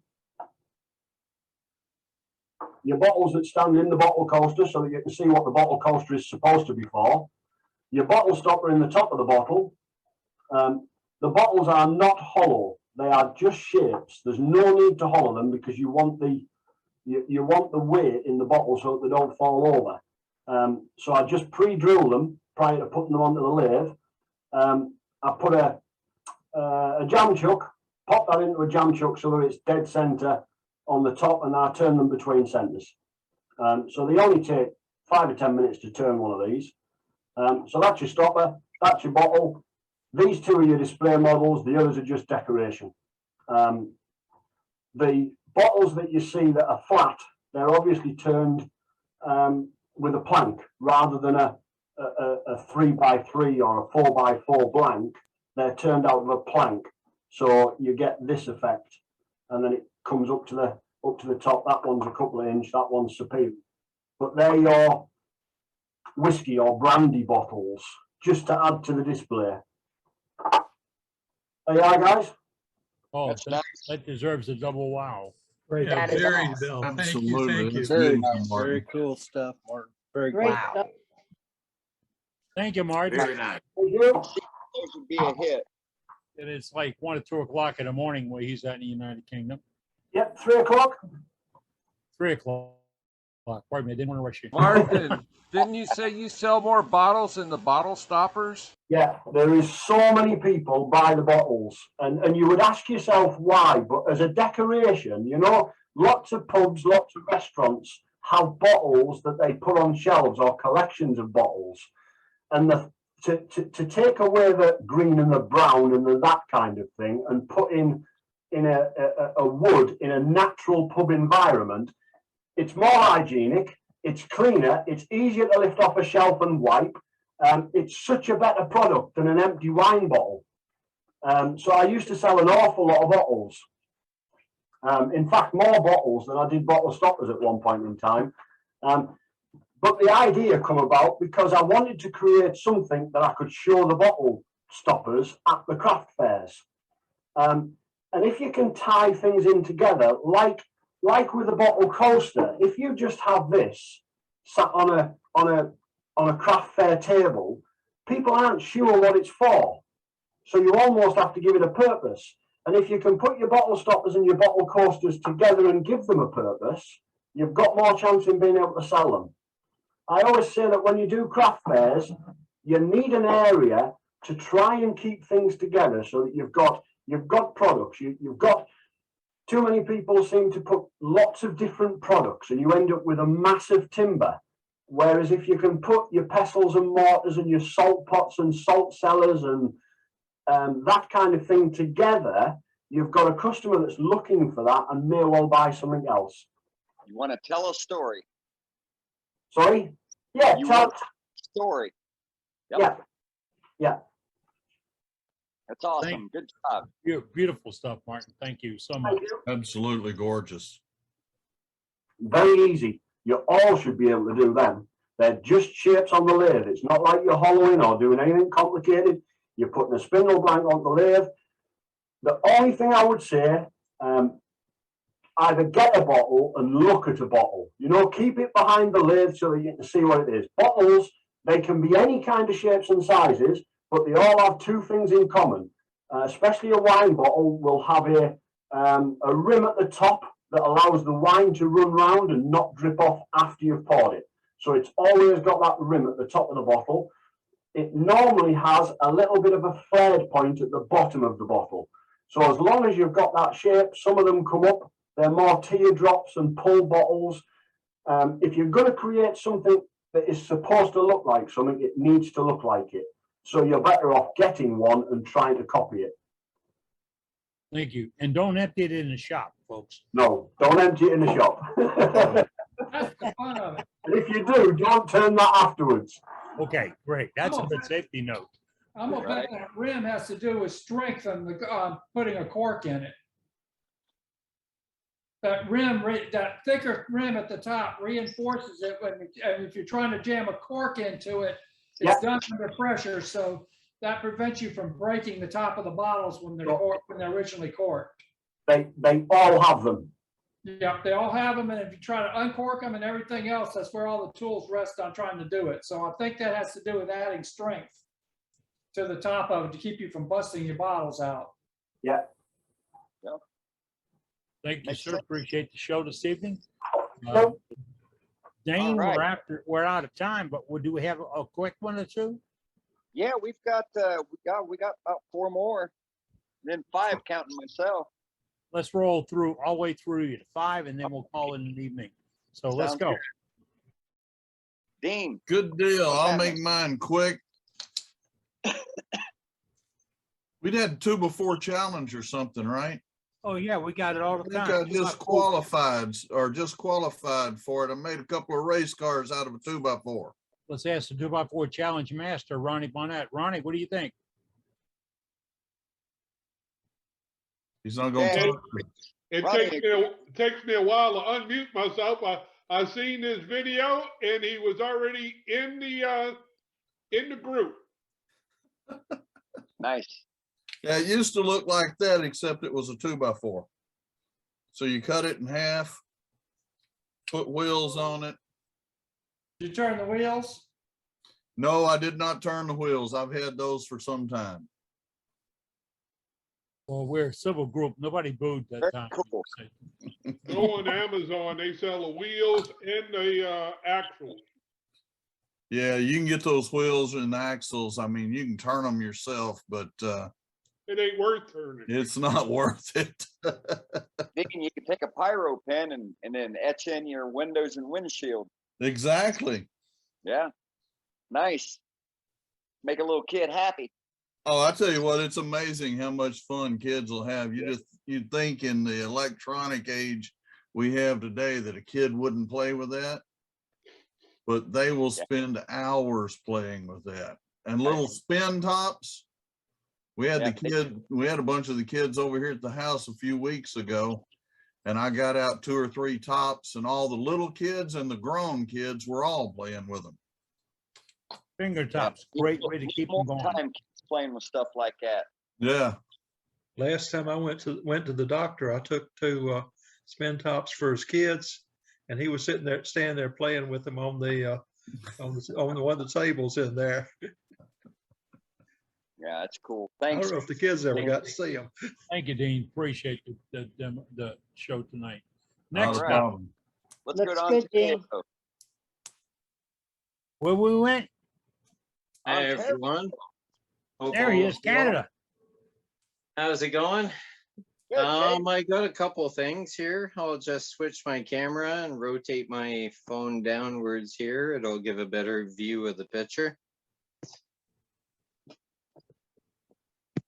Nice clean floor, so if anything drops, it doesn't get dented or break. That's handy. So- I have the same protection in my shop. So this is actually I'll show that last. I got a bottle stopper done. I haven't done a bottle stopper in quite some time, but I had a couple smaller pieces of wood lying around the shop. I wouldn't say scrap pieces. And I made this bottle stopper right here. Ooh. Oh, nice. Very nice. The nice. body of the bottle stopper is a Banksia pod. The finial is Pau Amarillo or Yellow Heart and Yellow Heart. And then the sphere in the center is Red Palm Tree. And these were all offcuts from pens and finials from other projects. So it's not necessarily scrap wood or throw it away, because you can still use mortise and tenon joints, connect them together, and create something beautiful. So that's my bottle stopper for the challenge. And it's a Ruth Niles stopper. Once I have this all shined up, I'll take a picture of it and I'll send it in to you for the website, Eddie. Great. And so there's my bottle stopper. Also, Martin had a challenge for his club, an inch by inch challenge. So some of the guys were telling me it had to be an inch by whatever length and create something that you can make out of that sizable material. My interpretation of the challenge was an inch diameter by an inch height. So I made a tiny little box, which is an inch diameter by an inch height. It's book matched as we go around there we go. Get some of that light off of there. And the wall thickness is a 1/16 of an inch. So that's for that challenge. And then something, so it's an inch diameter and an inch height. That is unbelievable. Very good. Thanks. That's really nice, Cade. Looks great. That looks great. That looks great, Cade. Then you downsized it? Yeah, then I downsized it. No. And then I did a live edge bowl a couple weeks ago. I finally got it all shined up. It's more of like a vase shape or a flower type bulb. This is made out of mulberry. It was turned wet. It was the crotch of the tree, so we have some nice feathering and chatoyance in here. Had a bark inclusion that went right through. The finish is tung oil, many coats, sanded in between, buffed with micro mesh, final coat. And it is a 1/16 of an inch wall thickness. Wow. With a little window, a little accent window. And since the bark came off, I used a torch to torch the rim to give it a little bit of color contrast. But I also torched the inside of this bark inclusion to give it that color contrast as well, to make it the feature of the overall piece here. Nice. And did you torch before finish turning it or afterwards? After. Yep. Yeah. After, once I was at that 1/16 of an inch wall thickness. Yeah. Absolutely beautiful. Really nice work. Very nice, Cade. Thanks for sharing tonight. Good seeing Cash up and Beautiful about. work. Thanks, everybody. Thanks. Yeah, he'll make an appearance. Maybe I can run up and scoop him from Well, we're running out of clock, so we're gonna move on to the next gallery. But thank you, bud. No worries. Thanks, Eddie. Jason. Jason's in. Hey, how's it going? Haven't been doing a whole lot on the wave, but so there's my 2 for the bottle stompers. Nice. And this one, first time I've ever messed with any offset on it, but it didn't turn out too bad. Oh. No, that's unique. So they're both just oak. So that's a little whiskey barrel. So that's all Love I the have. whiskey barrel. On a Nice top. yeah, Yeah. I like it. on a traditional stopper. Yep. Very good, Jason. I'm cheap. Hey, it's all right by me. All right, thank you. Jason. Somewhere So I you're have smart. some stoppers. I just don't know where they went. Sounds good. We got a All minute. right. So My let's wife get probably knows. so let's get a shop update here from Doug. Oh, Doug. no. Hey, how y'all been? Hi. All right, let me get this turned around. All right, so there we are coming in the back door. That would be the door out to the backyard. So any old ways, that's that wall. Got the picture of my mom and dad back up there. It's an old train set from my dad. Hell hath no fury like a dad whose tools are missing. Every dad needs one of those hung up in the shop. Yep. Coming on around, there's the air compressor, the planer, some workbenches and cabinets, yada, yada, yada. That's going to be my resin area. That's still not complete yet. That's the sit-down workbench, AKA desk. Where you going to keep them colored pencils? Where am I going to keep them colored pencils?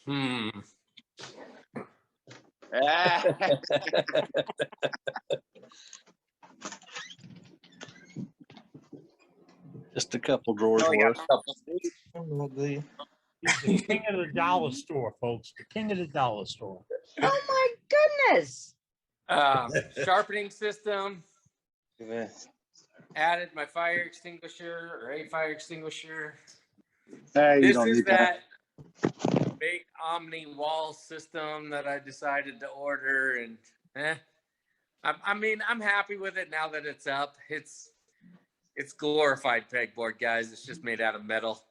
The videos make it seem cooler than it is, but it is pretty cool. So I don't have total buyer's remorse that I bought it. I just thought, I don't know. It does hold some significant weight. Like there's my coring system sitting up there. I don't think I'd be able to hang that from a piece of masonite pegboard. Is that a snow shovel hanging on the wall? It's a snow shovel, but it'll be used for wood shavings. Oh, okay. I didn't think you had any snow in Tucson. I'm not in Tucson. I'm in Prescott Valley. So we definitely do get snow. And that snow shovel did get used to shovel snow this past winter. Yeah, Not I very don't know much. why. I don't know why I keep thinking you're living in Tucson. Yeah, Prescott Valley gets some snow. Yeah. Yeah. No, Dane's down there in Tucson. I'm up here in Prescott Valley, but so I there's get the old lathe. She it finally melts. made it in. And yeah, I got the bandsaw, campine mouter saw, the drill press. There's the old pegboard hung back up.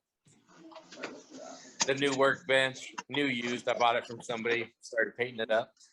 And my military wall. But any old ways, that's it. It's still not done because I got to put everything away, and I'm trying to figure out how I fit so much stuff in that little shop, and I already feel like I don't have enough room in this shop. You're doing great. All that space, being able to walk around. That's why. Yeah. It looks wonderful. Anyways, pretty happy with it. I'll be gone doing some training again next week, so I won't see you guys next Wednesday, and I'll be gone all week. So anything I don't get done by Friday is not getting done all next week either. So I don't know how much I'll have to show you 2 Wednesdays from now, but I'll hopefully have something more to show you. Maybe by then I will have made something. All right. Well, I got Thank you, Doug. an extended trip going back east coming up here, but maybe in November I'll pop up there and we can dirty some stuff up. Heck yeah, that'd be awesome. No, I'm telling you, we're gonna dirty some stuff. I'm gonna come up and do some turning with you. That'll be awesome. I'm looking forward to it. Heck yeah. Well, I Thanks, know it's Doug. late, so you all have a great night. Have a great week. The world's a crazy place out there. Please stay safe. Any of you veterans out there having issues with stuff going on in the news, if you need to talk, my phone's always on. My phone number's up there on the website. By all means, give me a call. Thank you, Doug. Good to see you, Doug. Doug Rowe's our first sergeant. He's part of the team of the great military who protect our freedom and your freedom. So, all right. Thank you, Doug. See you again in 2 weeks. All righty. Doug was here in the founding of this organization, and he's one of about a dozen folks I consulted with to see if this thing could work, if it's practical. And we've proven that it is practical, and we've proven that we can do what other people can do now and we're doing it the right way. No money involved, no politics involved, no favoritisms, no membership dues. Everybody's invited. Dane's our gallery master. We're going to wrap up gallery tonight with Dane Chandler. He is out of Tucson, Arizona. Yep.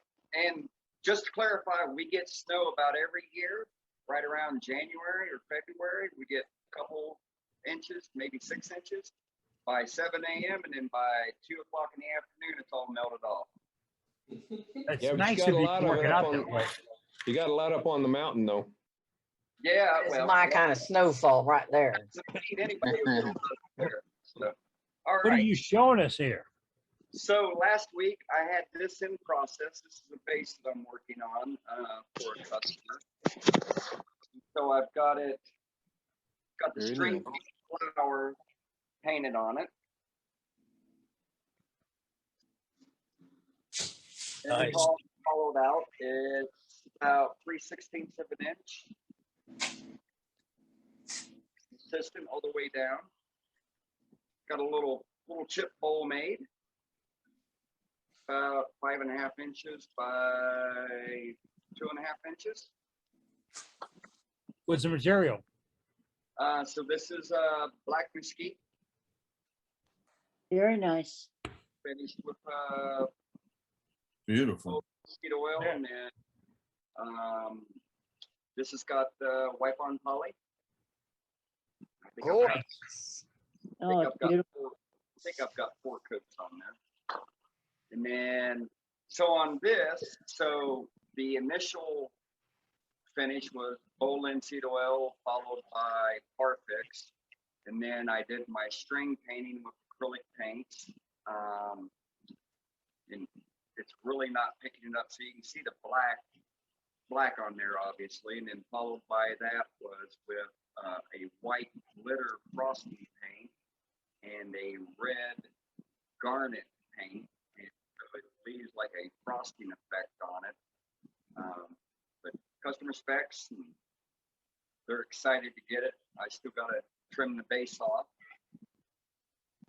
But hopefully tomorrow. I was hoping to be able to do it today, didn't get to it. And then so that's made out of red eucalyptus, and so obviously it's dyed purple. This is the other half of the piece.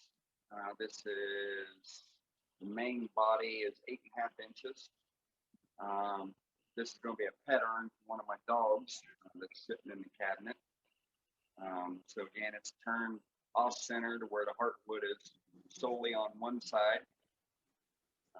I've got a thicker for the first 3/4 of an inch, and I haven't decided if I'm going to thread it or if I'm going to put in a brass insert or PVC, what I showed earlier. But after that, it's 1/16 of an inch all the way down. It is green. This tree came down a couple weeks ago now. I guess it'd be 3 weeks ago now. It was a tree limb. It was a huge tree limb, about 2 feet, 2.5 feet in diameter.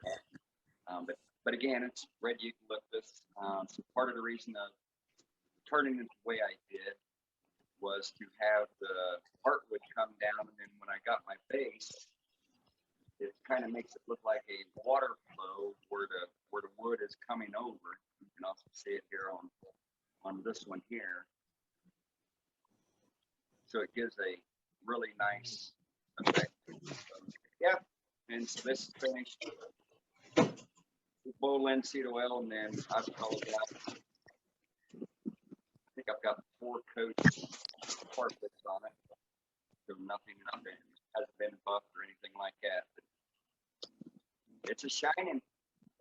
And It's then beautiful, Dan. to turn the base off, what I will do is mount it on my base jam chuck. So I've got a piece of wood chucked up, turned as a long cylinder, and essentially you mount that back on your lathe, put your base on top of it, bring up your tailstock support up here, and this allows you to finish the base on a long face. And that's what I got, Eddie. Thank you, Dane. Beautiful stuff. Really beautiful. Even in jam check was pretty. Yeah. Very nice. A zebra wood jam chuck. Now that's pretty. Yeah. Yeah. Looking at a new toy tool that Ron Brown sent me to play around with for jam chucking natural edges. And while I was playing with it, I came up with 3 or 4 other uses for it. So I got to play with that one and get into it. All right, folks, it's a little bit after the hour. We ran long tonight. I hope you don't mind. Remember, you don't have to stay for all of it. You don't have to come from the beginning and stay to the end. You don't have to do that. You just come in and share your information about wood turners. And whatever you have to share, we accept. That's what we do here. And it's every Wednesday evening.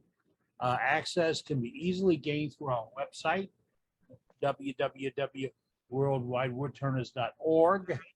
You can email me the photographs at worldwidewoodturners@gmail.com. And before you leave tonight, do just what I'm going to do right now. I'm going to go over to the chat, and the bottom 3 dots in the corner, I'm going to say save chat. It's going to save. So all those little secret notes you put out, they're not secret anymore. I don't know. With that, folks, you have no idea how much this makes my week. It's enjoyable as can be. And I'm here because you're wood turners and I want to be in your pack. Thank you again. Good night, John Boy. We'll see everybody and bring a friend next Wednesday evening right here. Good night, Baldy.